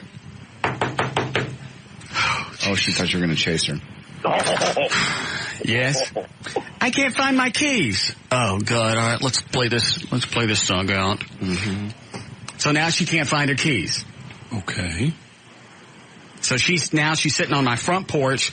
It's 1 o'clock in the morning, and she's digging through all her stuff. And she looks up at me, and she goes, what's the problem? I went, just need to find your keys, and then you can leave. I've never been so humiliated in all my life. Good. Okay. So I go get the flash. Were you still calm? Yeah, I didn't have any reason to holler at her. Okay, all right. And then at one point, she told me to shut up. I went, not in my house.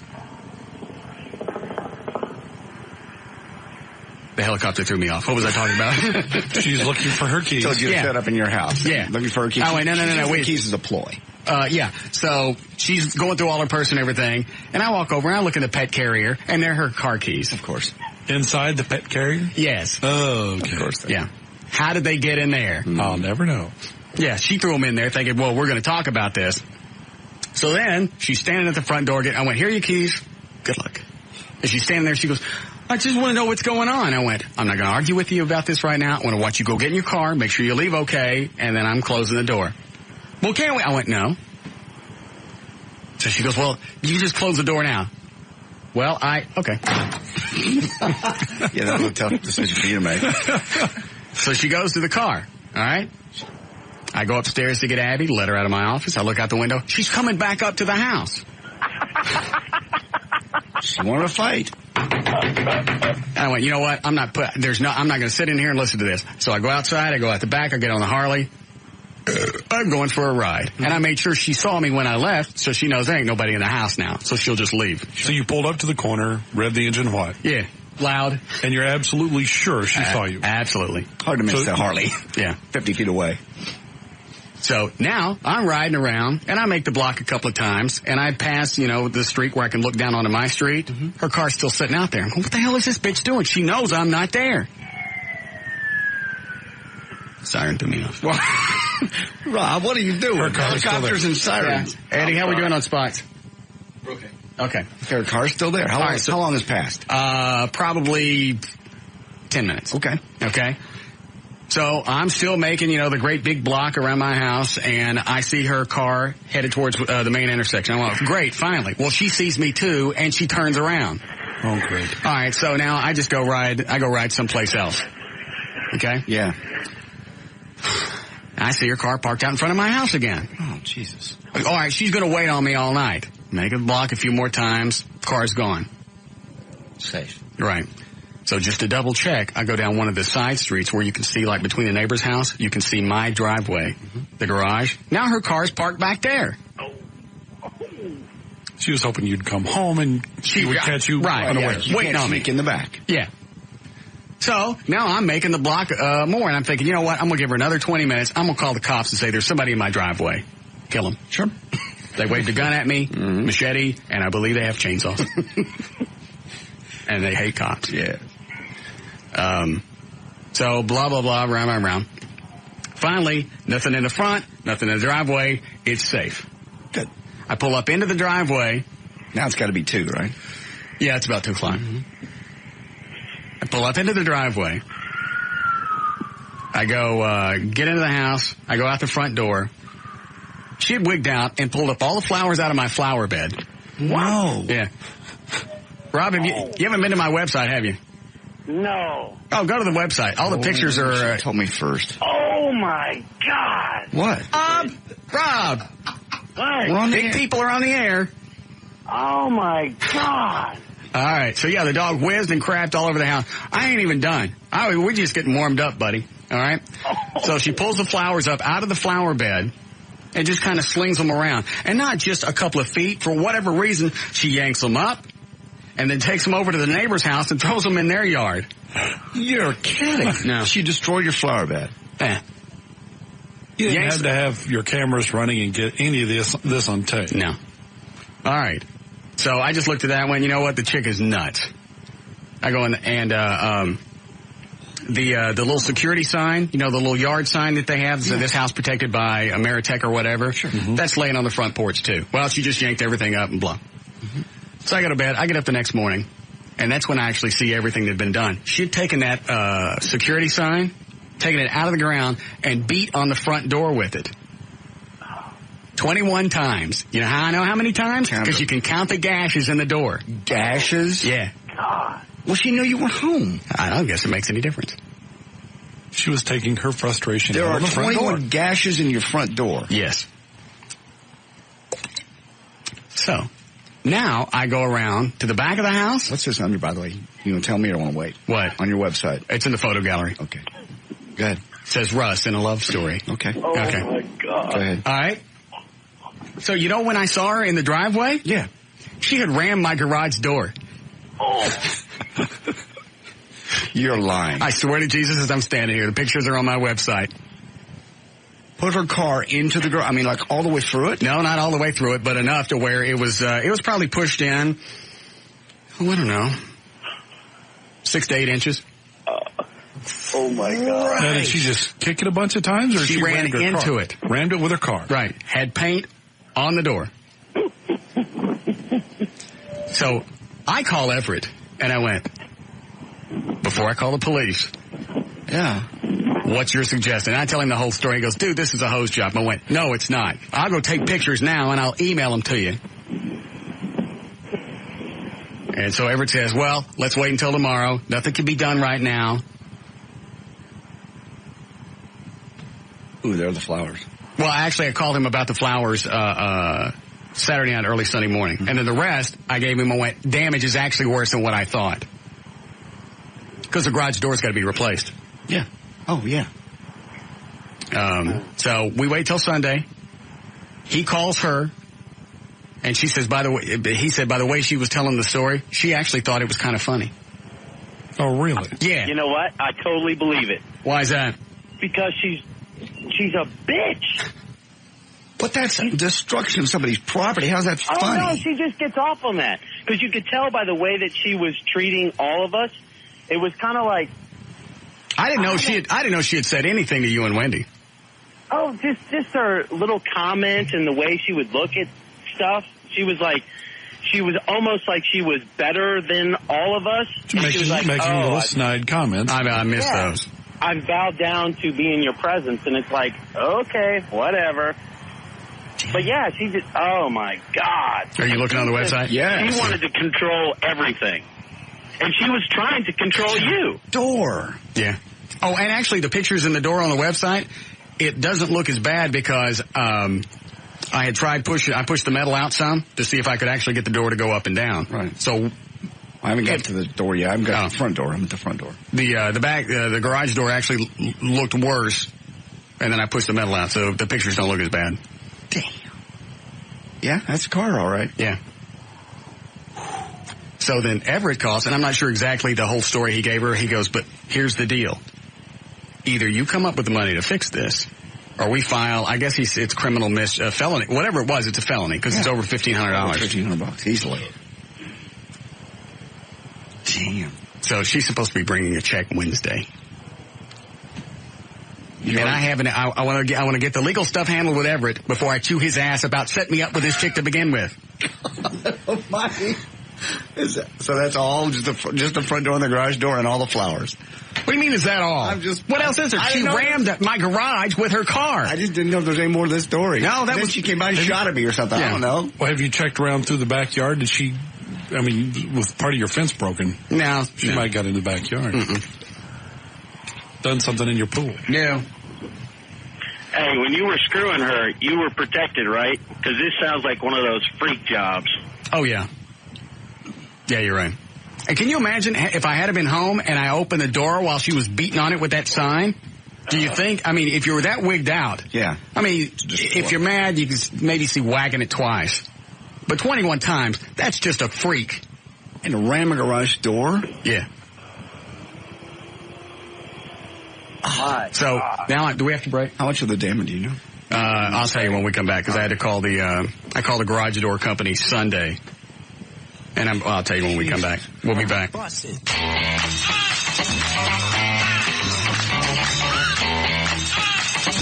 the Russ Martin Show coming right up.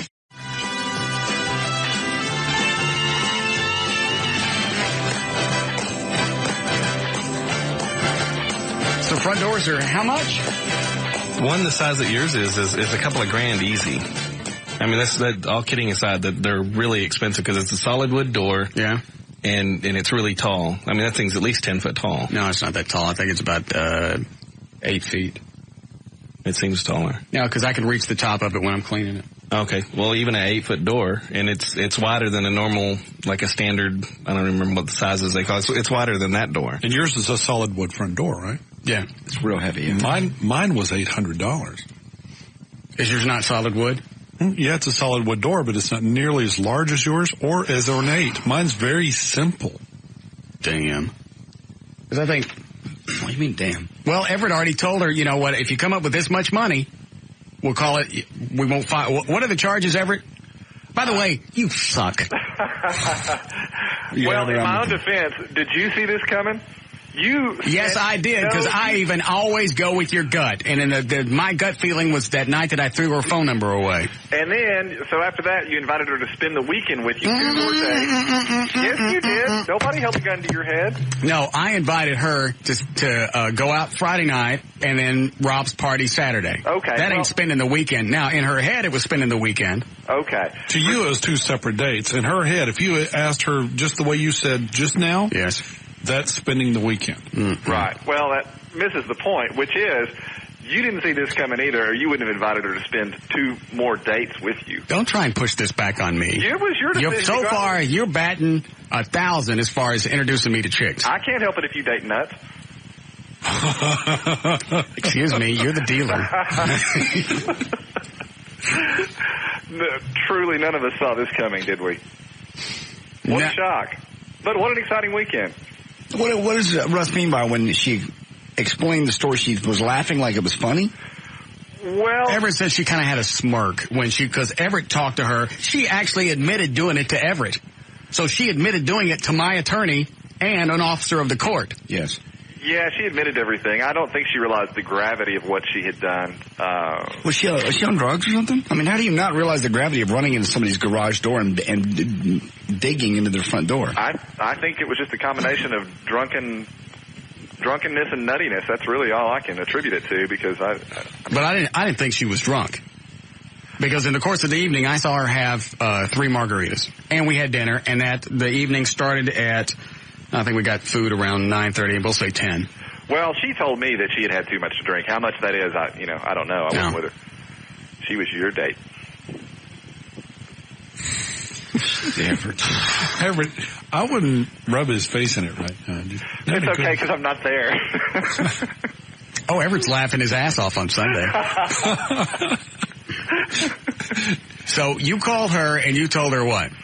Well, I basically told her the extent of the damages and what was going to be required, the figure that you had mentioned earlier with regard to making everything right, putting you back in the position that you were prior to the time that she descended upon your domicile in the fashion that she did. And bottom line is she's agreed to do that, and that's going to be... Well, here's the problem. I didn't know until just now. Eddie said those front doors to replace... What'd you say, a couple of grand easy? $2,000. Now what? Well, what we can do is get an appraisal of that, and I'll talk to you more about that off the air. Why? Because I want to. But I loved your movie. Oh, on the website? Yeah. Ray over at, what's the name of the company that does my website? Solar Sky? Yeah. That was fantastic. Yeah. Absolutely. I sent him I wrote out the script and I want this to look like a silent movie, and I sent him all the pictures, and he got the music and set it up. He did a great job. Yeah. It's got that real tinny piano sound in the background and everything. All right, so I can't go back. We don't have any kind of contract. You told her it was going to be a couple of grand, and now I find out it's going to be more. Well, that's something that we can still resolve. But I will discuss with you off the air the manner in which we can do that. Let me pick up the phone. All right, you're off the air. Tell me. Yes?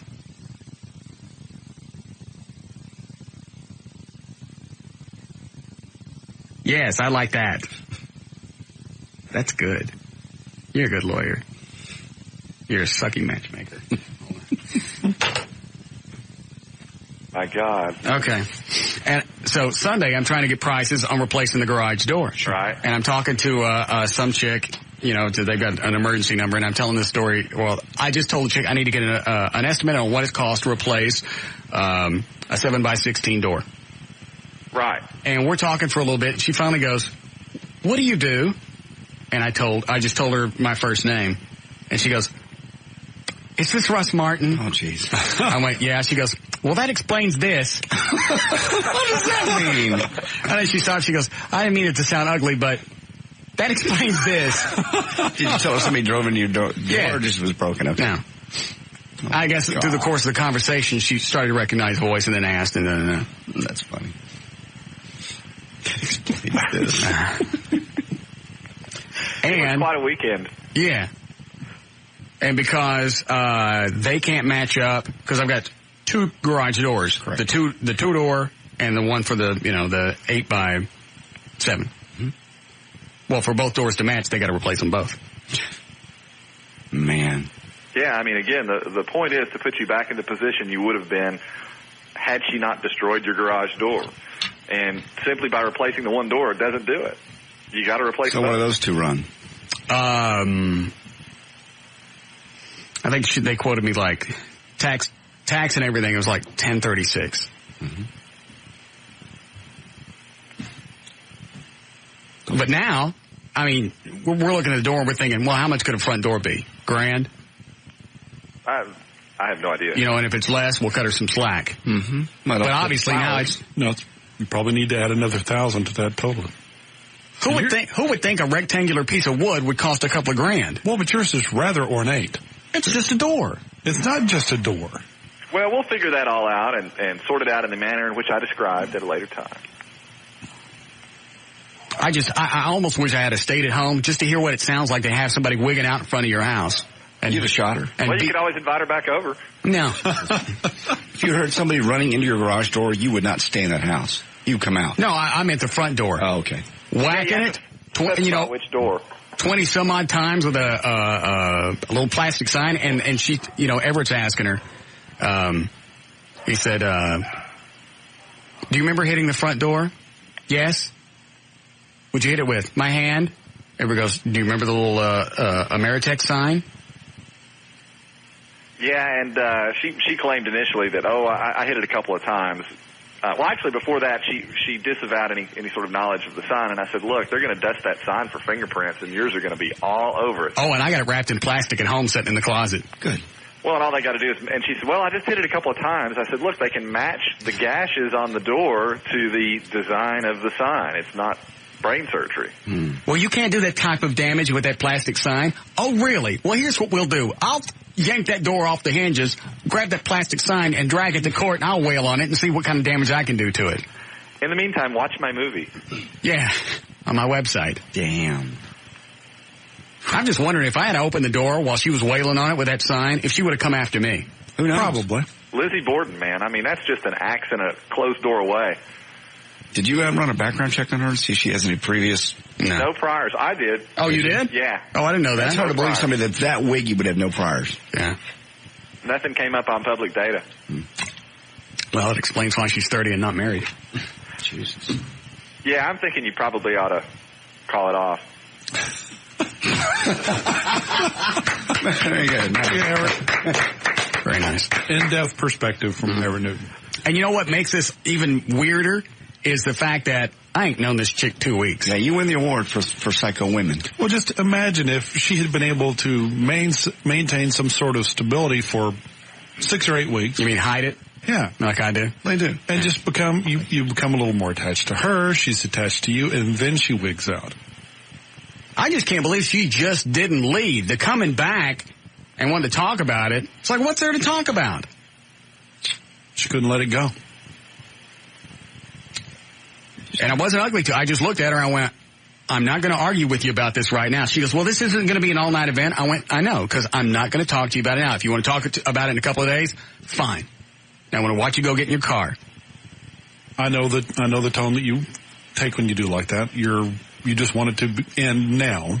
It's not a Dan tone. No, but you have a different tone when you want somebody to go away and it's over. Well, then she's pretty astute. Mm-hmm. Obviously not. She's crawling in your bed after you said get out. Yeah. But at first, didn't she seem like a really cool chick? They always do. They do. Yeah, you're right. You're right. This is the earliest wig I've ever heard. Yeah. They hide it for about 6 months, and then they walk down the highway or throw things at you. Right. I was telling somebody that over the weekend after this whole thing happened. I said the very same thing. You can't tell for 6 months until you've got whether or not you've got a nut on your hands. No, this chick's a bag of macadamias. She is. What a... God, my... That's the worst. I mean, I think we've been out... You don't count the times I banged her. Mm-hmm. I mean, just the real date? Mm-hmm. Once. Actually, twice, if you count Rob's party. Twice. 2 dates, wigged out, beating on the front door, rams my garage door with her car. But God, you almost have to date her for content. No. I mean, it's just incredible. No. It's like we were talking about this. It's just unfathomable. I just sat around all day yesterday going, wow. Yeah, when I tell Everett the story, that's all he said. Wow. Wow. And then I actually think you changed words when it progressed. Yeah, I went, man. It escalated. Yeah, it really did. I just kind of spiraled out of control at one point. Hold on, Everett. Man. Yes, Amy? Well, hi, darling. Chick from the garage door company. Oh, yeah. I can tell because every time we got off the phone, it was always, okay, darling. Oh, I was just going to tell you, I talked to my boss today, and if you do go ahead with criminal charges and she has to do community service, we're going to be more than happy to put her on one of our trucks so that she can help install garage doors. Well, that'd be funny. I bet she would never hit another damn door in her. I bet she does. Yeah. Oh, yeah. But you know what? This is going to turn out, depending on what it costs, $2 or $3 grand. That's a pretty expensive wig out session. All right, Amy. Well, I'll call you guys about coming out on Wednesday. All right, baby. We got everything ready for you. Okay, darling. Bye. All right. Well, look at this. She's wigged out again, and she still won't have a police record. I mean, because you're not going to press charges. She's just going to buy her way out of it. So I told him how many times she's wigged out, and the guys just let her go to get written, just to make it go away. I don't think originally she wanted to pay for anything. Did she ever? No. She was very indignant with regard to your treatment of her. And I even, just to speed it all up, when I'm telling Everett the story, I went, because she's going to say I was an ass, and I'm not even going to try and defend myself. Let's just say I was the biggest ass on the planet. Doesn't matter. Okay, that gets that part of the argument out of the way. Right. I'll concede that. I don't care. But she kept using that as a reason why she did all that. Well, I mean, it's just an attempt to defer blame from herself where it truly lies. You know, look over here. It's really Russ that's bad, and he did this, that, and the other thing. Well, but you pulled up his flowers and destroyed his garage. And his front door. Well, the flowers, except for the cost, that would have been kind of funny. To come home and see your flowers laying out, and just to know that you pissed them off that much to where they yank your flowers out of the flower bed. Yeah, I guess. Certainly not an indicator of sterling mental health. No, and the fact that she went out of her way to go dump them next door, the neighbor's house. I mean, they were all over the place. They were, they were at least 30, 40 feet away from the flower bed. She wanted people to know. That's why she pulled them out of the yard. You may have some in the neighbor's house across the street. Yeah. She was pulling them up to let people know something happened over here. You need to find out. Well, Abby had to be in the house dealing with all that. She was upstairs. Oh, okay. Whatever. I said say it with flowers. Yeah. Hold on a second. Yes, Cody? Hey, buddy, you're selling yourself way short on the money involved here, man. You got to call a landscaper to replace your flower bed. Man, you got to get Abby into some emotional care because she was locked up when someone was defiling your household. Yeah, you're right. Man, Thanks, Cody. All right, Everett, so we can work out this other thing with the extra cost of the door? Yeah, like I say, I'll talk to you about all that off the air, but we can resolve this amicably, I have no doubt. When she said, I didn't do all that much damage or I'm not paying, what did you tell her? Well, I basically told her... Because what would the charges be? Well, if criminal charges were filed, I suspect that would be in the nature of a felony criminal mischief. Yeah, those are good ones. Yeah, felony is good to have on your record. I basically just discussed with her primarily the monetary, or civil aspect of it, which, obviously is the reparations to the door, both front and back, and also with regard to the out-of-pocket on your flowers, and replacing the plastic sign that she destroyed. Whack on your yeah, because Ameritech's going to chew my ass for that. Oh, yeah. I thought it was just funny to come home and see that she had beat on my house with my security sign. There's some slight irony in there. Yeah, absolutely. But, I mean, in your defense, I think you're going about this the right way. I mean, you're trying to just get her to repay you for the damage that she's done. She walks away, you walk away, and, we talk about it for the next 6 months. Yeah, and you know what? If I was going to beat on somebody's house and do a bunch of damage, I wouldn't do somebody with a 100,000-watt radio show. No, you're right. I would pick somebody, that works overnight, midday. Yeah. Dear God, hold on, Everett. That's the best. Yes, Pamela. Yeah, Russ, this is the most incredibly stupidest topic ever that you've ever had on the radio. You deserved everything that you got. Why? Because is. Look how you treat women. I mean, look. You don't know what I did to her. It doesn't matter. Yes, it does. Well, how does it matter? It does not matter. Anybody in the Metroplex that's listening Yes, to it does. First of all, I didn't do anything to her. You're not even listening. They know exactly what How many times you wigged out? Women. You know what? Are you wigging out now? Exactly what you deserve. I would have done a ton worse. You're lucky. You'd be in jail. Easy. Yeah, you'd be locked up. She's lucky I didn't immediately call the police and file charges right then and there. Well, you know what? That's a personality character flaw by you to even date somebody like that. You deserved it. Everett did it. Don't blame me. You introduced me to her. It's not my fault you banged her. Well, yeah. Exactly. And what, taking her out on a date once? Come on, Russ. What do you think? What do you think you're What do you mean taking her out on a date once? Did you not want me to take her out at all before I told her to get lost? No, you just... And you know what? I could have been an ass. I could have been a big ass and screwed her Saturday night and then said, get out. I didn't even get no revenge. That is just so ridiculous. You got what you got, and you deserved it. Yeah, I'm going to get a new front door and a new garage door and some new flowers. Your losses. That's what you get for dating I got. like What are my that. losses? What are my losses? That's exactly. What are my losses? Just a broken door and a garage door? Come on. Yeah, I don't have any losses, and I'm getting new stuff. Well, then there you go. What is I should date more nutty chicks and like put little targets on the windows. You're talking over me, and I'm the caller here. What? Oh, okay. I'm sorry.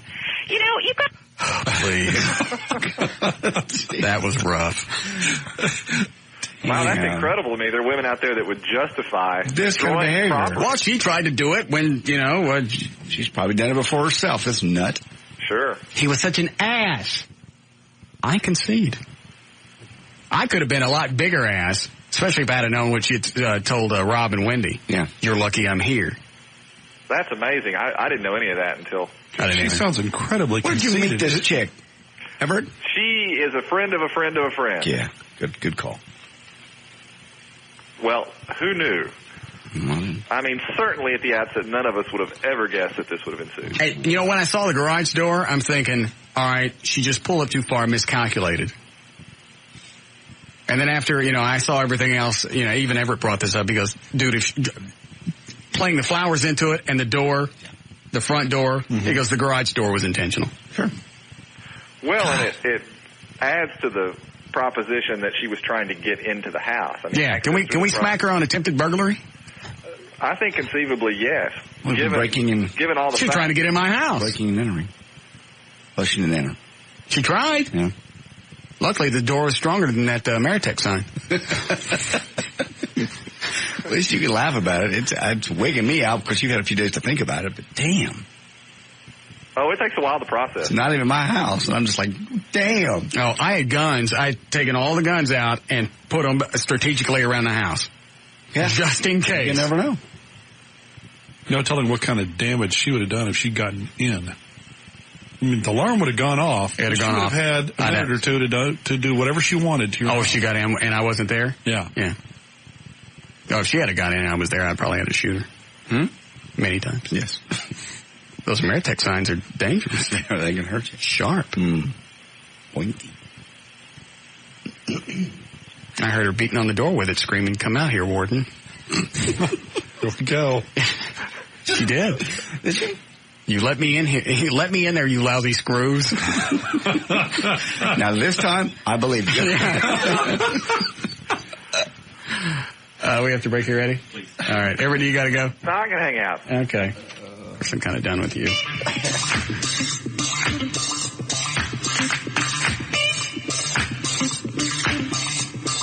More of the Russ Martin Show coming right up. And now, back to the Russ Martin Show with J.D. Ryan, producer Dan Lewis, associate producer Eddie Boyd, and Jonathan Dodge in the new 105.3 FM Talk White Lightning. You can't fill in the gashes in the door, like with putty or something? Yeah, you can, but that's your main entrance, and when you're opening and closing that door, it's eventually going to crack and split and come back out again. You're going to have to, every couple of years, you'll have to repair it again.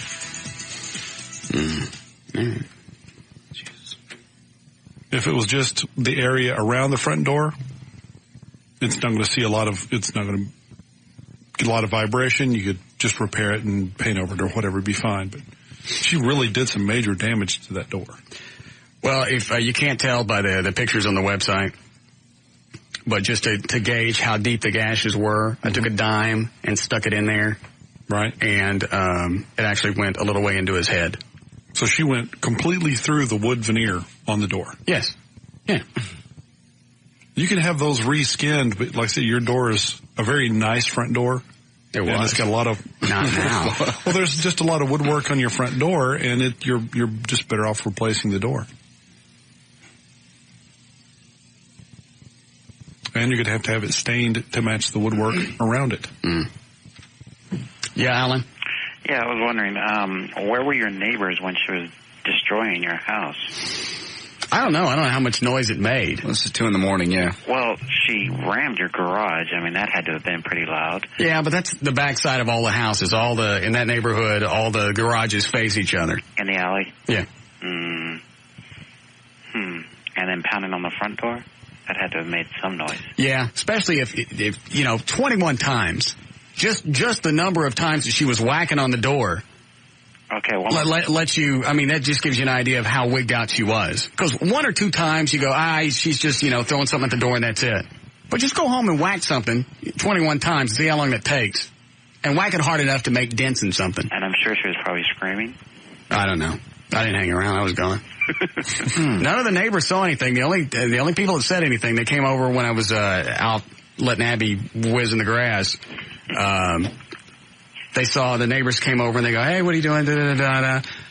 Did you get tired? It looks like you were just pulling up the flowers and got tired." Yeah, that's what happened. Yeah. So I don't know if they knew and that was their way of bringing it up, or she may have woken a few people up and they saw what was going on and decided just not to get involved. No, most of the neighbors out there will call the police. They will. They won't go outside, but they'll call the cops. In that case. Hold on, this says Everett needs to talk to me off the air. Yes? You're not, I am. Yes? Yes. Right? Yes. Of course. Mm-hmm. No, we're gonna have to wait and see. Okay? All right. Yeah. You could ask me at that all on the air. What do you want to know? Just working out the extra money. Because Everett had told her $2,000. Yeah. And I could actually have that today. Mm-hmm.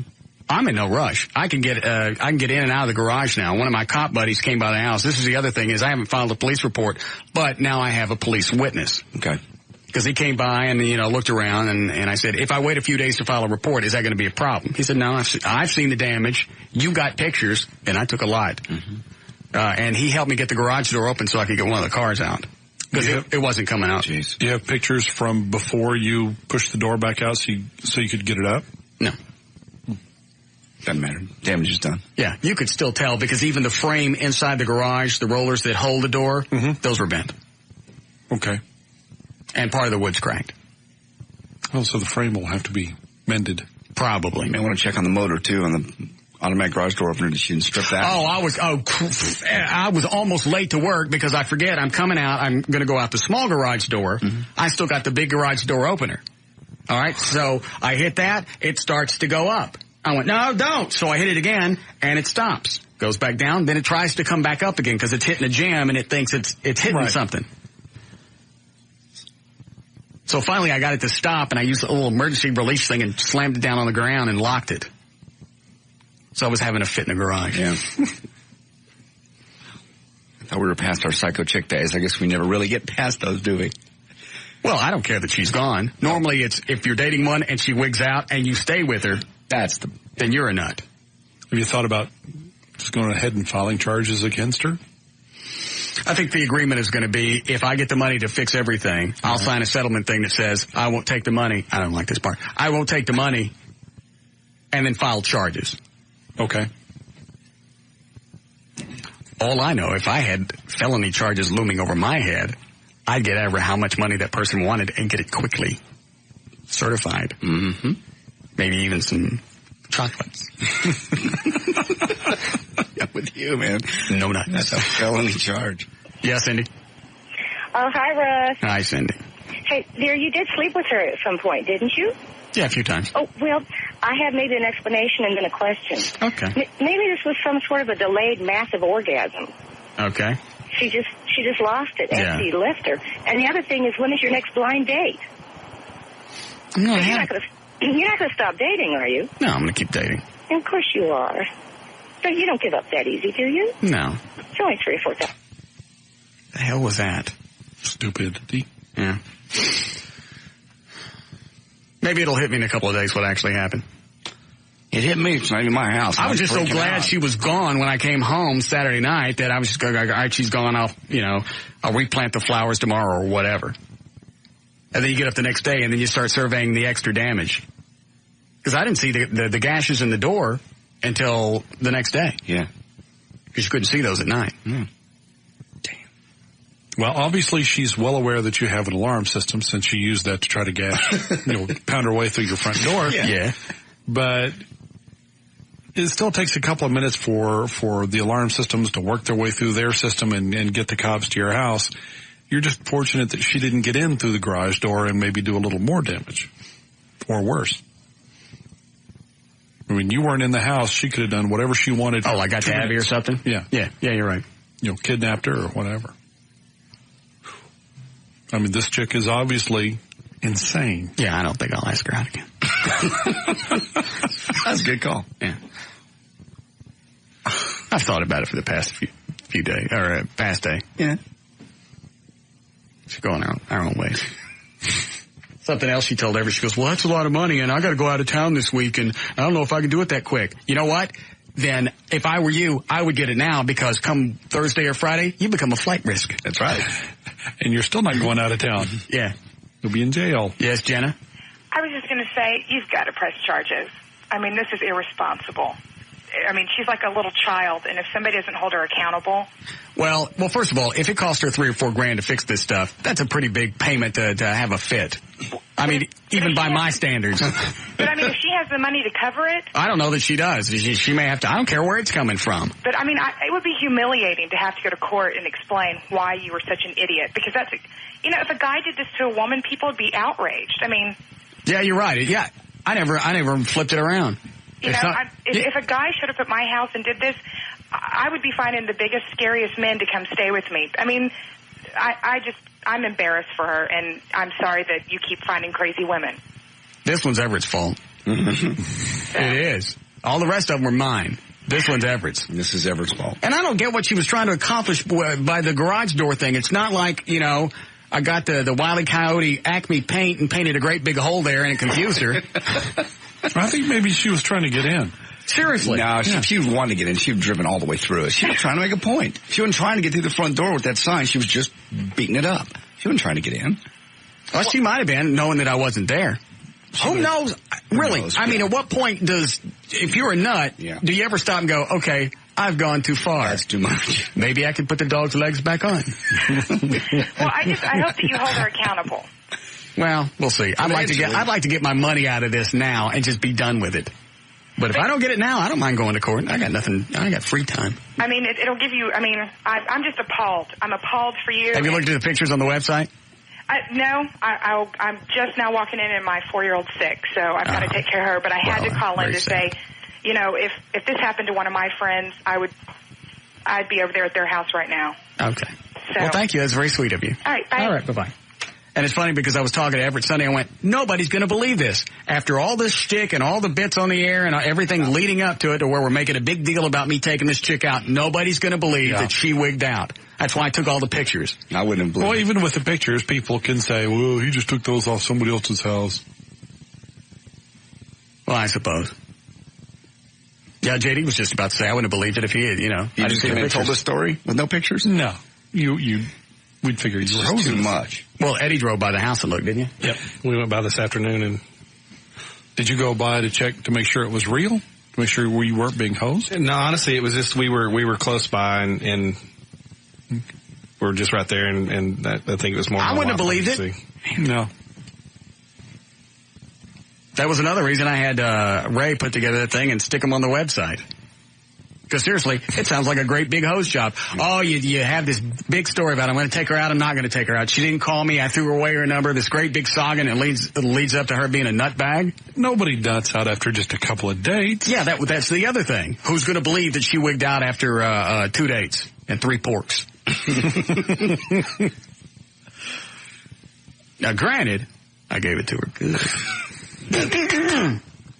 Well, 2 out of 3 I did. Yes. What happened the other time? I got tired. Oh, okay. I'd been up all day. She didn't take that well at all either. Because I'd been up like since 5:30. Yeah. And now it's late Friday night. I don't know. Midnight, 1 o'clock. Mm-hmm. I'm going. Out of steam. Yeah. I'm like, I was just going to go to sleep. She goes, it's not me, is it? No, I've just been up since 5:30. Okay, if you're sure. Oh, so she became tense? Spooking me. Defensive. You don't excite me. You didn't sleep over Saturday night. Woke up with something upside your head. We just came out of the break. 11 minutes. I'm watching the clock.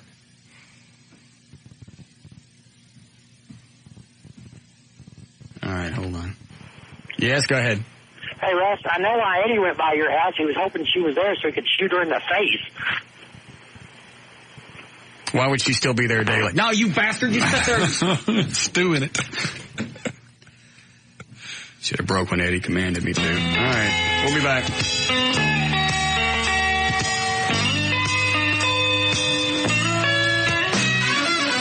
More of the Russ Martin Show coming right up.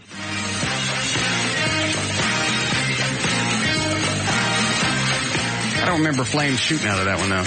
They didn't have them turned up. Oh, really? Yeah, you can crank them all the way up, and there'll be flame coming out of it. Okay. So I was talking to Mark, who's building the Batmobile, over the weekend. Mm-hmm. In fact, some of the new pictures are in the photo gallery on my website. And he's got the dash most of the way done. And he's about to put in that, what is that heater called? It's a turbo heater. Yeah. He's going to put that in the rear end of the car where the jet is. So you actually push a button and it'll come on. But that doesn't have a visible flame, does it? At night, you should see a visible flame. I mean, I've seen them go out 12 inches. What if you stand back there? Okay. You get burned. Yeah, stand there in the Batmobile. Damn. Just as long as you don't catch yourself or the car on fire. Well, Mark's going to make it to where when you let go to the button, it shuts off. Okay. So you can't forget and leave your turbo thing running all over town. I don't want that. But if somebody's tailgating. Yeah. We ever do news? Huh? Earlier.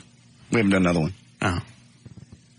It's been a while. Oh, we've been talking about this damn wigged out chick for an hour. Well, there was a lot of stuff. I mean, the entire story of what all you went through with her. There's no really. And it doesn't seem believable. If you break it down, it's a bad TV movie. Yeah. I mean, we weren't together long enough for her to really care. Really?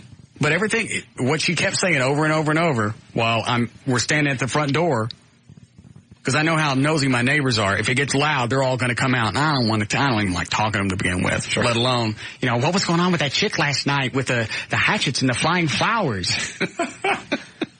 And that's when I told her, I went, I don't want to talk to you about this. Maybe in a couple of days. Mm-hmm. And she kept saying that the phrase was, I've never been so humiliated. Because you were throwing her out. Yeah. So maybe I'm the first one to kick her out. Well, obviously she didn't know when her welcome was up because she stayed all day on your couch and you didn't talk to her for hours. Yeah. Yes, Tony.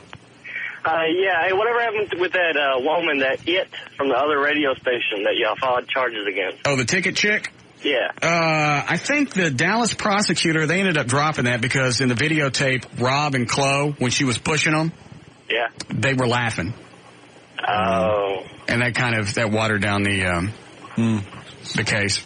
Well, we were just talking about nut out chicks and made me think of her. Yeah. All right. Thanks.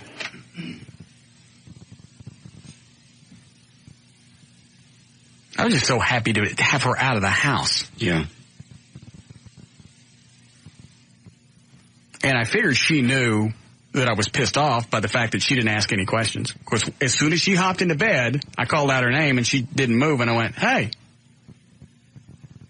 you guys aren't staying, meaning her and her dog. Mm-hmm. Right. And she just looked, she went, oh, not another word. No conversation, nothing. Yeah, not like, what's this all about? Right. Yeah, well, why? Did I do something? She knew. Yeah. Yeah, she did something. Insulted your friends all night and then called you an ass. Yeah. To your face. Jeez. I guess she thought I'd gotten over it from the time we got out of limo to the time we got home. Crawled into bed. No. Mm-mm. It's frightening to think there are people out there like that. I bet if you called her and told her to meet you at your place tonight, that you wanted to get together, she'd be there. I thought about that. Just to see if she'd show up. Yeah. Why? You want more damage to your house? No.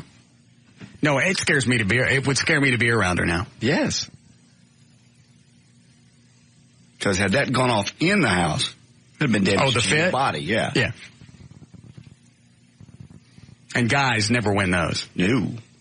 I mean, especially when the cops come up. Mm-mm. You go to jail, period. Man. Yeah, I guess I gave it to her good. A little bit too good. Yeah, sometimes I need to hold back, not give it that early in the relationship. Yeah. Too much for a body to take. You never want to throw all 3 inches in. Build up to it from now on. Yeah, you want to say so. Yep. Really? Friend of the psycho chick? Uh-oh. We talk to this person off the air first. Yes? Why? What weird stuff? She is so normal. What weird stuff? Huh? What weird stuff? Weird stuff in bed. You ask her to do this. You ask her to do that. I didn't ask her to do it. Excuse me. I didn't ask her to do anything. You did. I did not. Oh, she's there. Whatever. You're the first. What did I? Well, first of all, you know what? Hold on. You know what? I obviously can tell you're a friend of hers, and you're going to dick around. You're going to get her in worse trouble right now. I'm going to get in what? Her. Shut up. First of all, let's go ahead and say that I was weird in bed. Very. Okay. Let's just. What is very? I want to find out, because if she's is she there now? No. Okay. She is. What exactly did she tell you?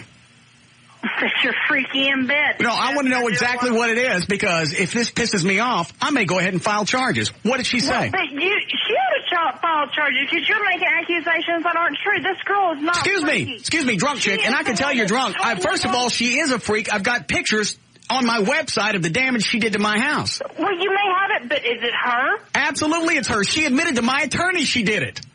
Now what? She's normal. She's not normal. A normal person doesn't go wig out in somebody's front yard and ram their garage door with a car. Why would she do that? Who knows? She's a nut. She admitted to it. What did you do to do that to her? I didn't do anything. I told her to leave. Oh, okay. Russ? How much have you had to drink? Me? Yes. Nothing. I haven't had anything to drink. Yes, you are. No, I don't drink. Yes, you're.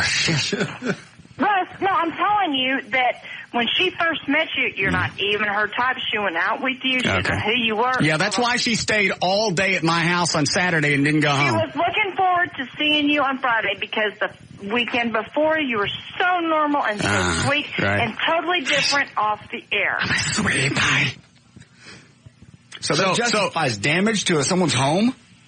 I don't believe that she did that. She admitted it. She said she did it. Now what? That's not her. She's not freaky like that. I have. Okay, then who was driving the car when it rammed into my garage door? What did she drive? Yeah, I tell you what. You let me take you off the air, and you tell. What does she drive? I know what she drives. She was at my house. What does she drive? You're off the air right now. Tell me what she drives. Oh, you don't know? Oh, well, then how long have you been friends with her? About 3 months. And you don't know what kind of car she drives? No, we meet up all the time, and I do not know what she drives. Okay. So why are you asking me? Yeah, you wouldn't know the answer anyway, even if you said it. Yeah.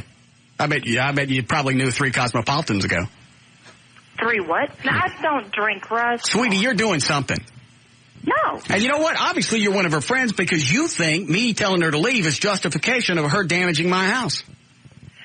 Russ, I know that you can get freaky, and she told me that last week that you are a very nice guy and don't believe you're on the air. Yeah, that's a good point. And that you're a very Whoa. You haven't answered the question. Let's say I'm freaky, and let's say I was an ass. I won't even argue with you about that.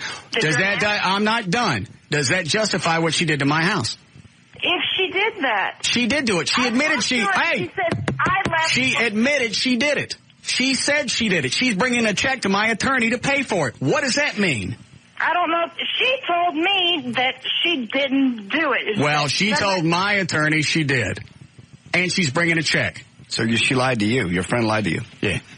I guess so. Well, bless her heart. And Russ, I apologize if she did. No. Russ, I apologize. Why are y'all laughing? Because you're hammered. I'm not hammered. Yes, you are. I am not. Or you're retarded. Oh, Russ, be nice now. So what did she say that I asked her to do in bed? Just freaky. Freaky what? Freaky, that's all she said, that he got freaky on me on Friday night. Friday night. Yeah. Friday night was when I didn't even finish. Maybe to her that's freaky. Yeah. It is. Yeah. Maybe she said it was freaky, not he was freaky. No. Or he was acting freaky, but not freaky. Stuff that she was. You know what? I think she touched my crank maybe 4 times. Well. With just her hand and nothing else. You know, you're missing a good girl. Honest to God, that's a beautiful lady. Well, you know what? Maybe we can work it out. Seriously. If you talk to her, tell her, that I'm sorry it played out that way. I'm sorry I was an ass, and ask her to call me, and perhaps we could work it out. Hey, Russ, be nice now. I'm being nice. I think we can probably work this out. But when you met her, did you not think she was a beautiful lady? I thought she was very pretty. She's gorgeous. She's pretty. She's not gorgeous, but she's pretty. Have you ever heard her sing? Yeah, she sang in the car when we were driving places. No, you gotta... Okay. Yes, thank you. I want this chick's name, too, so I don't end up going out with her. Jesus. Yeah, we got an email from somebody that said put her picture on the website so nobody else listening ends up with her. No kidding. And this girl that just called, too. Just like a little group of them. Yeah. Well, you were freaky, so that's why she destroyed your house. Kind of freaky. In fact, that was probably the most normal sex I'd ever had. She's looking for an excuse, so she's telling her friends you were the instigator. And I didn't even do it. She can tell me anything she wants. Obviously. I'm going to tell my 400,000 friends different. And why would I not admit to being freaky? What do I care if people think I'm freaky in bed? It doesn't. I said, you want to stick things places? Go. There's nothing in there now? Freaky just enhances your image. Start with a nightlight. Work your way up. Let the bulb cool off first. Not all the way. Yeah, not all the way. Start with the bulb and work up to a remote and, I don't know, some costume jewelry. I don't care. You have it all in there. Run to the fridge. See how much of a Haagen-Dazs can or carton you can get in there. Wow. I'm still stunned that it happened in less than 2 weeks. Oh, yeah. Be bad enough if this was a year relationship, like when I got sprayed in my house with a mace. But that was a year. We were dating over a year when that happened. And I stayed with her. I know. Stop it. Man, your garage door got rammed. Don't start laughing at me. I didn't know the chick for a year and a half. Yeah, I know. Jesus. My own house.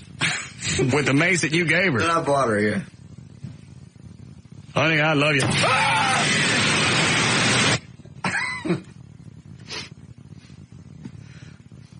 Did it burn? I ducked it, but it stayed in the house. So, yes, my eyes watered. But I started going for it, and I didn't want to duck. So she kind of missed me a direct shot. Did you take it from her? Yes. Yes. And of course, I had her keys on. She gave me her keys back. Gladly, when I get this weapon off the end of it. Took that off. Well, let me just turn this around and give you your keys. Tough break. Can you still drive? Open that eye back up. Open it.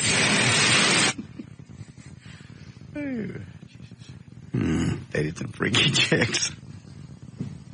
And I'm not taking responsibility for this one. No, you're right. I didn't go into a great big room and pick her out of 100 different chicks. Ever brought her over, boom, went from there. It only took you a week to dispose of her. That's not bad. I would give cash to see a security camera of her wailing on my door. Yeah. Was she doing it quietly? Yeah. Did she do it all at once? Was she laughing? Was she screaming? Could the neighbors hear? Yeah. What was she doing when she was yanking flowers up and throwing them next door? Was she screaming when she was doing that? Or was she doing it quietly? She rammed the door once. Did she ram it twice? Yeah. Was it really an accident? Maybe her foot slipped off the brake and she bumped it and went, oh, crap. Let me get out of here. Who knows? Well, I know she stayed in the driveway behind the house for a while because I made the block. I'd go by and I'd see her in the driveway, and in another 5 minutes, she was still there. She was making sure you didn't sneak in the back way, and when she realized you were coming home, screw him. Bang. Probably. Mm-hmm. Okay. How fun. Yeah, it was. In fact, Everett called me this morning. He goes, how you enjoying your morning off? What's that? What do you mean? He goes, you're not doing show prep for today, are you?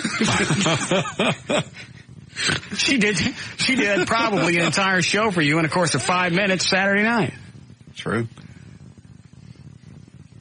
Damn. Do we need a break before news? Yes. All right, be right back.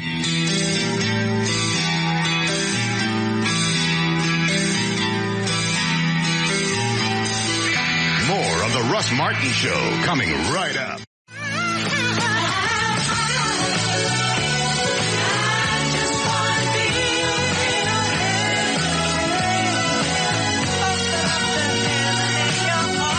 Who's the chick out in the lobby area? I believe that's the dental chick, the one that called earlier today, said she wanted to come up. Oh, been at happy hour. She's been at happy hour? She's been at a happy hour, remember? Oh, she's called. Let me get my glasses on.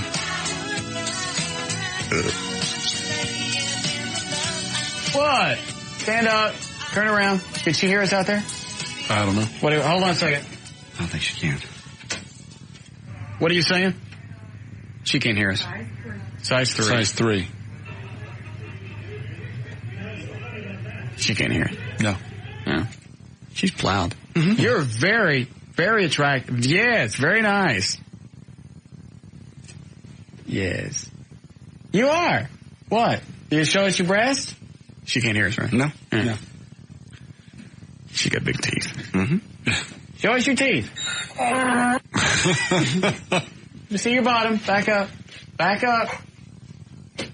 Yeah, she's plowed. Mm-hmm. All right, give her something and get her out of here. Pull up all the Ameritech signs first. I don't know, Dan. Do we have any? Give her a Billy Lee Davis CD. Yeah, and get her a out CD, here. and there's a T-shirt in the cabinet. Give her a Jesus thing too. Nothing sharp.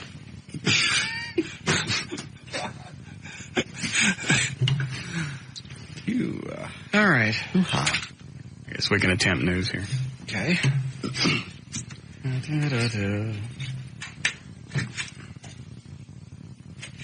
There was something else I was going to bring up before we started news. I can't think of what it is. All right. What? How's the new puppy? Oh, is that what you were doing with your fingers? Mm-hmm. Nobody gives a rat's ass about that dog that I got. Oh, well. I went by Operation. Johnny asked you to take care of it. I just wondered how. I did. I went by Operation Kindness Saturday. I picked up the. That was another time I was gone during the day that Mothra wasn't going to live. So she hung out at your place while you were gone? Even while I was gone. She didn't go with you? No. Sat there in my chair and watched TV the whole time and never moved. I think she even fell asleep at one point. I went shopping for Rob's birthday stuff because I had already picked it out on the internet. Yeah. So I went and got him his very, very expensive crystal glasses, champagne glasses. I mean, wine glasses. Mm. What, JD? Yes, you may guess how much I spent. How much did you spend? I was going to guess, but go ahead, guess. Didn't want to be rude. I want Rob to know. The bastards at Dillard's pulled the price tag off. $50 for 2 glasses? I don't know. Crystal? I don't know. What do you spend? Waterford. Oh, $100. More? I'm not saying. More than $100 for 2 glasses? That's rude for me to even bring it up. So,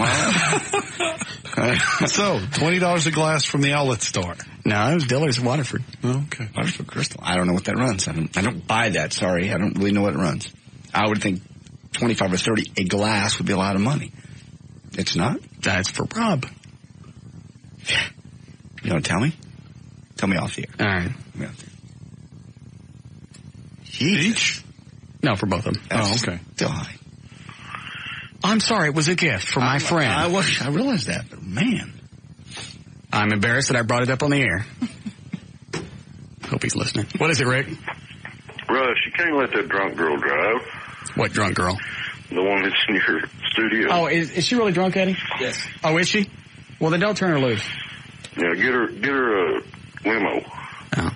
Yeah, you're right. I forgot all about that. I'm so used to dealing with drunk chicks over the weekend. All right, thanks. In fact, when I told Mothra to leave Saturday night, I didn't know she was drunk. Well, you only saw her drink 3 drinks. I knew the 3 dinner. Well, I woke up the next day and then I remembered she had a glass of wine when we got to Rob's and one in the limo. But this is spread out over how much time? From 8:30. We got there about 8:45. So from 8:45 to 1 o'clock in the morning. That's quite a bit of time. 4 drinks in 4 hours. Yeah. And we had, 5, 2 glasses of wine. And dinner. She shouldn't have been that plowed at all. Oh, she couldn't find her way home. She called Everett saying she was lost. She was doing something else other than drinking then. There's no way with 5 drinks in 4 hours. I never saw her do anything. That doesn't mean anything. You dated somebody for years that did cocaine and you didn't know it. Yeah, that's a good point. Mm. And they kept asking her, where are you? I don't know. She was on something. Well, what would you be on? Any number of drugs. I mean, don't know. I don't know. She could have been Quaaludes. I know who knows. Who? Possibly. More than likely, if she was acting that erratic, she was probably on some kind of prescription drug. That's one of the bigger things, especially with people that consider themselves a little more astute than other people. They wouldn't stoop as low as to do heroin or coke or something like that, but they would abuse the hell out of any kind of prescription drug and antidepressants. And if they're not prescribed to you, they can have an adverse effect that you would never believe. Mm. It's okay. My doctor gave it to me. So no, not necessarily. It's okay. My best friend gave it to me. Oh. She's on them and she's all right. Hmm. I don't know. I didn't see her take anything, but I wasn't around her all night. It just takes 2 seconds to pop a pill. Yeah, that's true. Did we ever start news? Nope, I didn't. How do we get sidetracked? Dog. You brought up the dog. Oh, yeah, I got the dog. You can keep it? I still have it. Okay. Are you going to keep it? I don't know. Abby's not territorial. She ain't digging it. Because I'm sitting there and I'm having, first of all, the dog's nuts. It's 10 weeks old. Oh, okay. It's a puppy. So it's everywhere. Yeah. And I mean literally everywhere. And glad to be there. Yeah. And I'm going to feel bad taking her back to the animal shelter. But, I should have gone with my gut on this. Abby's not a 2-dog dog. Mm-mm. I'm sitting there watching the news today, and the little one crawled up in my lap, and Abby's laying on the other couch, and Abby's looking at me, and then she'd shift her eyes and looked at the dog. Oh, no. And then looked back at me like, eh? You better, you do something or I will. Those great big chihuahua eyes. Eh? Eh? You better be careful. Abby will end up out in your front yard with a sign. Yeah. Wailing on your door. Let me in. We can work this out. You don't think she'll get used to it? I don't know. No. The dog's a little spaz. At that age? All right. Mm-hmm. Okay, we're done with this. You ready? Sure. All right. 6:38, J.D. Ryan's on the new 105.3 FM Talk with News. That's Russ. News brought to us by the Platinum Club, West Northwest Highway, half-mile west. I thought you earlier said the Palladium. I screwed it up. I said the wrong thing. Don't say it again. Platinum Club. Platinum Club. You know where Vinny's place is. I-30, just west of I-35 on Northwest Highway. I'll be there. What happened to the Palladium Club? From 8 until 10 o'clock with Jessica. He burned that one down too? No. Damn. He didn't even anything to do with that. He didn't burn down Caligula? No. Oh, he did. Let it go. Thursday, 8 o'clock. Are you sure? Jessica. Absolutely. Platinum Club. See you there. Huh. Some North Texas farm owners. Why do you have the 5-gallon can of gas in the back of his car? In case he runs out. He had nothing to do with that. That was, I think they found that some homeless guys started a fire. Yeah, that's what you always trash do. out behind in the dumpster. And it burnt the whole club down.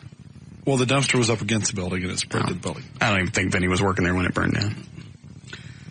Okay, some North Texas farm owners. Of course, that doesn't mean he couldn't have done it. Some North Texas farm owners say lightning. That'd be funny if the Platinum Club burned down. Why would it be funny? That'd just be ironic. Oh, yeah. Ironic, yes. Funny, no. Or coincidental. Lightning is definitely not to blame for a string of horse injuries and deaths. A horse that turned up dead over the weekend on Barbara Chapman's farm is the latest of a string of incidences there. Animal control officials have ruled that lightning strikes are blamed for the death and injuries. However, in fact, the horse found dead Sunday had a fractured skull and a large knife stuck to its heart. So, seriously, lightning is now coming. Oh, maybe the lightning armed. Knife worked like as a conductor, a lightning rod. Yes. So the horse had the knife previously. Right. Probably pulled it on somebody else. Los Angeles-based internet company says that 140,000 fake credit card charges worth $5.07 each. You may want to check your credit cards.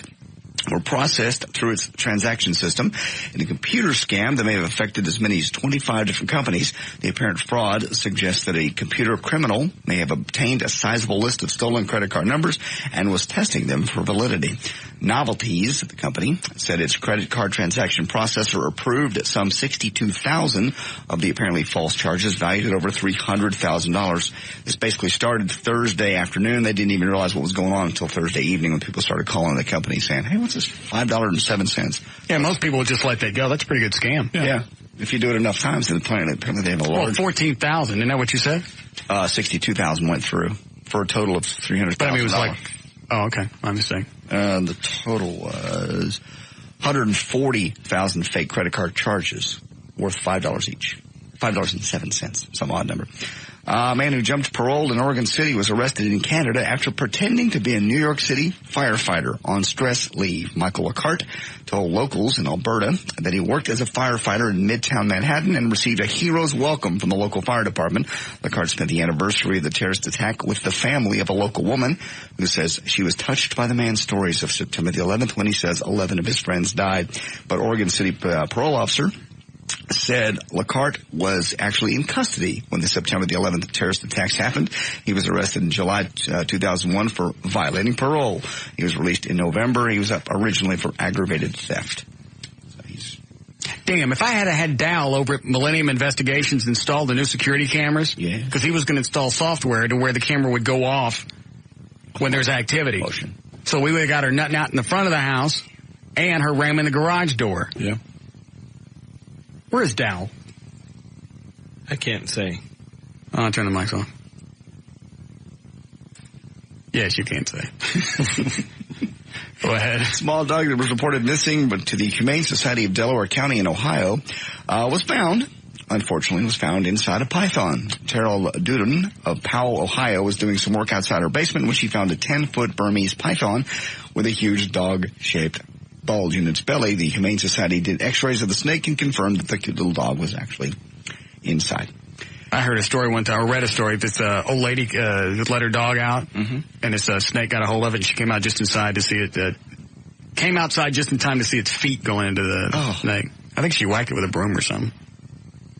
I think it ate it anyway. I bet it did. Yeah, Christopher Attack of Rochester, Minnesota. He's in the hospital today after being accidentally shot in the back by police officer Greg Syme. Christopher was drunk and belligerent, and the cop did intentionally shoot him, but he thought he was firing his stun gun, not his real gun. Actually, it's not as stupid as it sounds. For some reason, the guy's... Damn, that's loud. Running. Stunned him, though. Hey, Rodney. Does that sound like electricity? Not to me. Try again.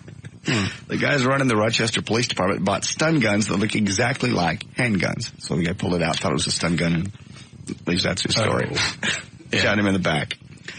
Liam Gallagher and his 12 toes are now engaged to Apple. Who? Is it Liam? L-I-A-M? Who is that? Is that the guy from, is that the actor? Oasis? No, Liam Neeson is Liam Neeson's actor. Liam Gallagher is from Oasis. He's got 12 toes? 12 toes, says here. Are engaged to one Nicole Appleton, a former member of the British girls group called All Saints. Liam and Nicole have a 14-year-old son named Gene, and Liam has 2-year-old. They have a kid together? Yes, they both had kids. Well, that's probably genetic, isn't it? Yeah, I bet his daddy had 12 toes. Yeah, it says here it's a condition called, I can't pronounce it. Monkey boy. Polydactyl. Yeah. Polydactyl, which is hereditary. So, yes, they could. I wouldn't marry somebody with 12 toes. 12 fingers, yes. Why? Oh, I know why. Never mind. But 12 toes? That's gross. I guess that's like marrying somebody with skin tags. Yes. Oops. Sorry, Dan. Mm-hmm. Damn. Yeah, 12. I guess are there 6? I guess there's 6 on each feet or 7 on one. Oh, I don't know. He's probably got 11 on one and 1 on the other. Anyway, he's got him and his 12 toes are now engaged. Some chick from a British. I don't care how hot a chick would be. I wouldn't marry somebody with 11 toes or 12 toes. Even if you weren't planning on having kids. I mean, obviously you don't want to pass that along, but if you, like yourself, weren't planning on having children, what do you care? She's got 12 toes. That's gross. That's nasty. That's freaky. It is freaky, but what if she's a wonderful person? She's got 12 toes. Everything else is perfect. What if you don't find out until after you've already become attached to her? I've seen her feet. How often you really get on the plus you're gonna know. Oh well, excuse me. When you get to and this piggy went wee all the way home, and they go, wait a minute, somebody's still at the store.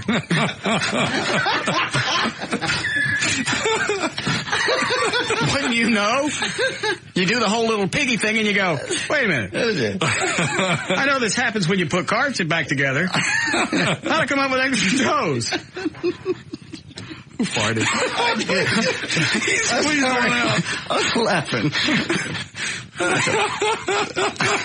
And here's little piggy went wee all the way home. Hey, what the is this? Left somebody at the store. I mean, I don't care. It'd be freaky. Just, no matter how hot they were, you'd always be thinking of those 12 toes in their shoes.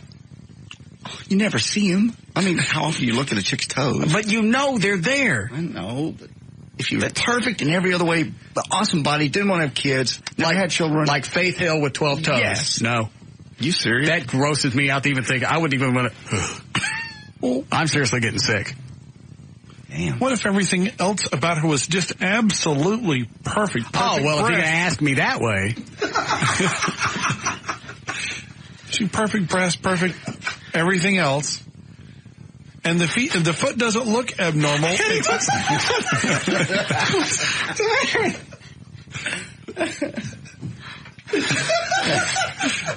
You never know.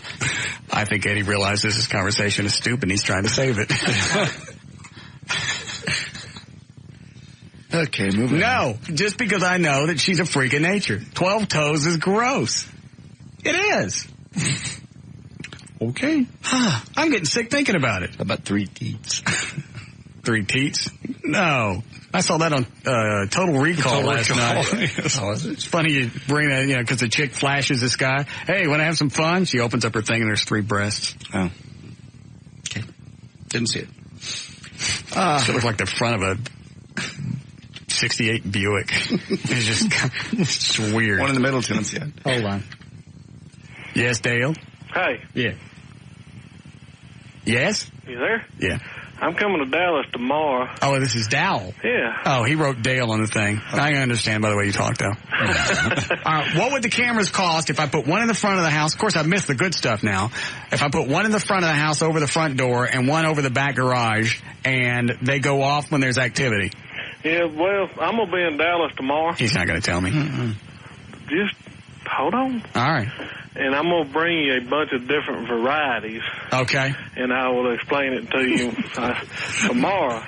I'm going to bring you a wide assortment. You know, kind of like when you go to the Kroger and you can't really decide, so you get the little variety pack with the cereals. Yeah. And then as a little treat, you actually eat it out of the box. Where you slit open the top and you pour the milk in there. I used to do that as a kid, and sometimes I forget to open up the plastic part. All the milk would run out onto my shoes. So is that satisfactory with you? I'll be late for school because I had I had to change shoes. You wouldn't be making breakfast. Yeah. Yeah, you can bring them up. Okay. Well, now, how are these things powered? Am I going to have to drill holes in the house to get the, you know? Oh, yeah, we're going to run wires everywhere. How are you going to drill through the brick? With a drill. How do you think? You're the one that couldn't remember to open the cereal boxes. With a big hammer. You see that milk dripping all over him, and he just goes, not a geese. Every day, same damn thing. God, being stupid is a up way to live. Hey. All right, yeah, come on up tomorrow. Okay, I'll see you. All right. Bye. What, Eddie? Oh, okay. Let me take this last call. Yeah, Shirley? Yeah, Yeah? I talked to you earlier. You did? Who's this? Russ. This is not Russ. I know his voice, and that ain't it. All right. How about this? What do you want, you skanky whore? That still ain't Russ. All right, well, what do you want me to tell Russ? Just that, it's not gross. It's just genetic. What's not gross? Oh, 12 toes? 12 toes. Yeah. Yes, that is gross. It is not gross. That means you got, if it's genetic, that means if you're married to somebody with that, they got a whole lineage of freaks. Yeah, we're freaky people, all right. Now, who's got the 12 toes, you or your husband? Neither. My kids do. They had them taken off, though, at 11, 12 months. How do they take them off? Surgery? Oh, I thought maybe you just twist them off. Like. No twisting. But now when they have kids, that means that's going to pop back up somewhere along the way. It's like having bad teeth and getting braces. Just because your teeth are straight now doesn't mean you're not going to have kids with effed up teeth. Now your little monkey kids are going to have more monkey kids. And I still know I'm not talking to Russ. Yeah, okay. Yeah, you're right. Russ is much funnier. Yeah. All right. Well, hold on. He's ready to talk to you. Okay. Go ahead, Shirley. You're on the air. Hello? Hey. Yeah. What? Is it not Russ? Oh, God.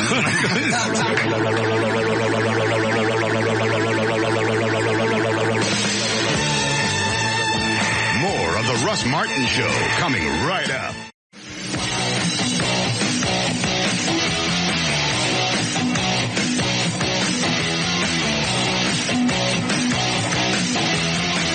Damn, it's already 7 o'clock. I know. Time to go home. It's flown by. Well, we had the whole story with the nutbag chick. Yeah. Normally, we don't talk about anything for more than 10 minutes. We talked about that for over an hour. There's plenty to talk about. And then more nutbag chicks had to call in to support her. You don't know her. She's not really that way. Somebody was that night.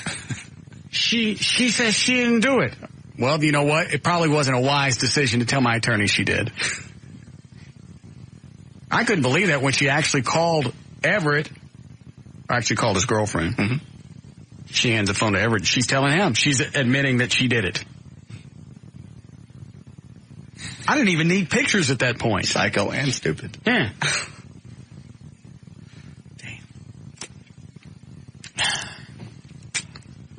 Only thing that bothers me is she knows where I live. That's okay. She might come by to do some more redecorating. Yeah. That you don't need. I know why JD's not worried about it.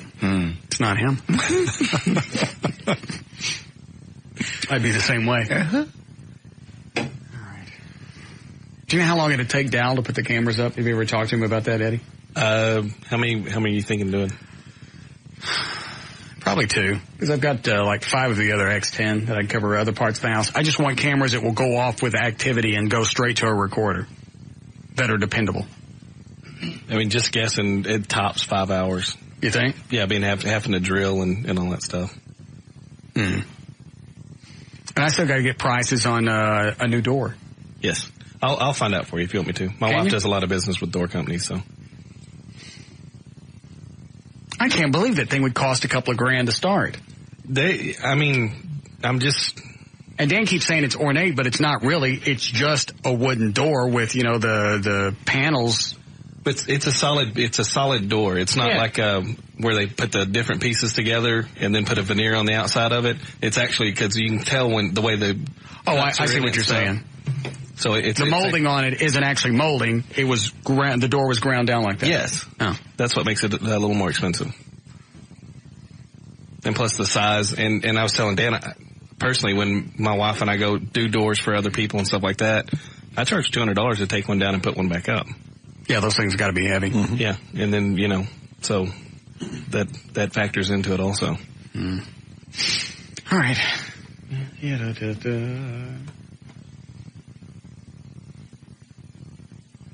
Anything else we're going to talk about?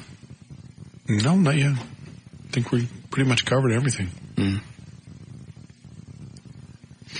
I got a date with a chick with big fake cans. Tonight? Mm-hmm. Very nice. It's the one that from a long time ago that I thought when she left the toilet seat up. Oh, she's back. Yeah. The weenie chick. Weenie less. Yeah, whatever. It's her birthday today. Oh, good. Besides that, what are you going to do? Damn. I hate having to hit the delay on that. I know. That's $1 too. Yeah. Might as well write a check. Ask me again. What are you going to do tonight? Play with her. Okay. It's not as funny with a beat, but. No. Well, we already heard the line, so. Yeah. What else? Dinner? Take her to drinks. I don't feel too good. I can't be out too long. Plus, I got to go home and let that 2-pound monster out. I get the dog home straight from the animal shelter. I take him out of take her out of her little carrier, sit her on the bed. Before I can even take her outside. On the bed? And I mean big ones. And she's walking around like she's not even forcing them out. Like she's just been storing them. She looked like one of those Play-Doh things where you squeeze it. Yeah. And she's actually... It's the stupidest thing I've ever seen because she's jumping around on all fours like this. It's like while they're coming out. Tails wagging. I don't even think she knew what she was doing. She's a puppy. Puppies have no concept. Well, I know, but normally when you go to take a squat, you know what's going on. You hold still, at least. You hold still, and dogs have that squat stance to where they, arch over and their tail sticks straight out. That's the way, you can tell the difference between tinkling and the other thing. All right. But she's just jumping on the bed. Hey, I'm out of the cage. I'm so happy. I've been holding all this time in the cage. Yeah. Someone dirty my cage. Yeah. Look at that Pookie. Sure looks dry. So then I had to pull the comforter off the bed. Yeah. And those are almost free to have cleaned.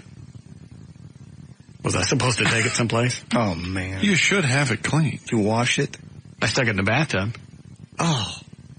Is that not going to work? That's not good for it, no. Why? You have them dry cleaned. Oh, you're crapping me. No. I'll just buy a new one. They're only about $15, $20 to have cleaned. Oh. It's on average $15 to have one cleaned, but I don't know if after being in the tub you can rescue it. Why not? I put it in the tub with a bunch of hot water and some bleach. It's a down comforter. It's white? Yeah. You probably destroyed the down with the bleach. The bleach ate the down. Ate the feathers out? Uh-huh. I don't know about that. Bleach eats stuff.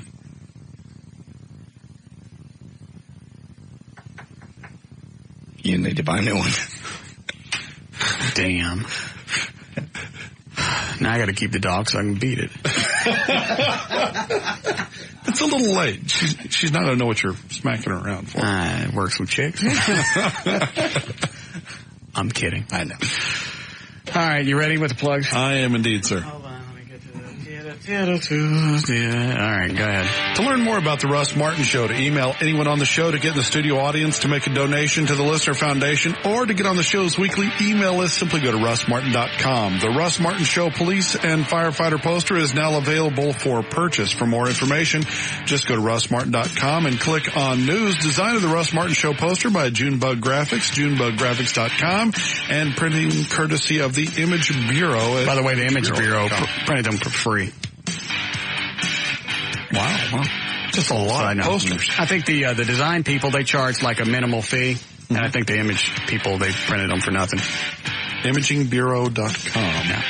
To email us during the show and only during the show, send your messages to studio@russmartin.com. Visit our news director's links and photo gallery at johndavidryan.com. To find Eddie's fascinating and provocative website, go to eddieboyd.com. My website is now online, and yes, the Nick Nolte and Bill the Cat picture is on the front page. You can find that at danlewis.net. Contact Everett Newton at his law office. Call him at 214-823-LAWS or go to dallasattorney.com. For information about the rest of the station, go to 1053fmtalk.com. All right. See you guys tomorrow. See you. Bye-bye.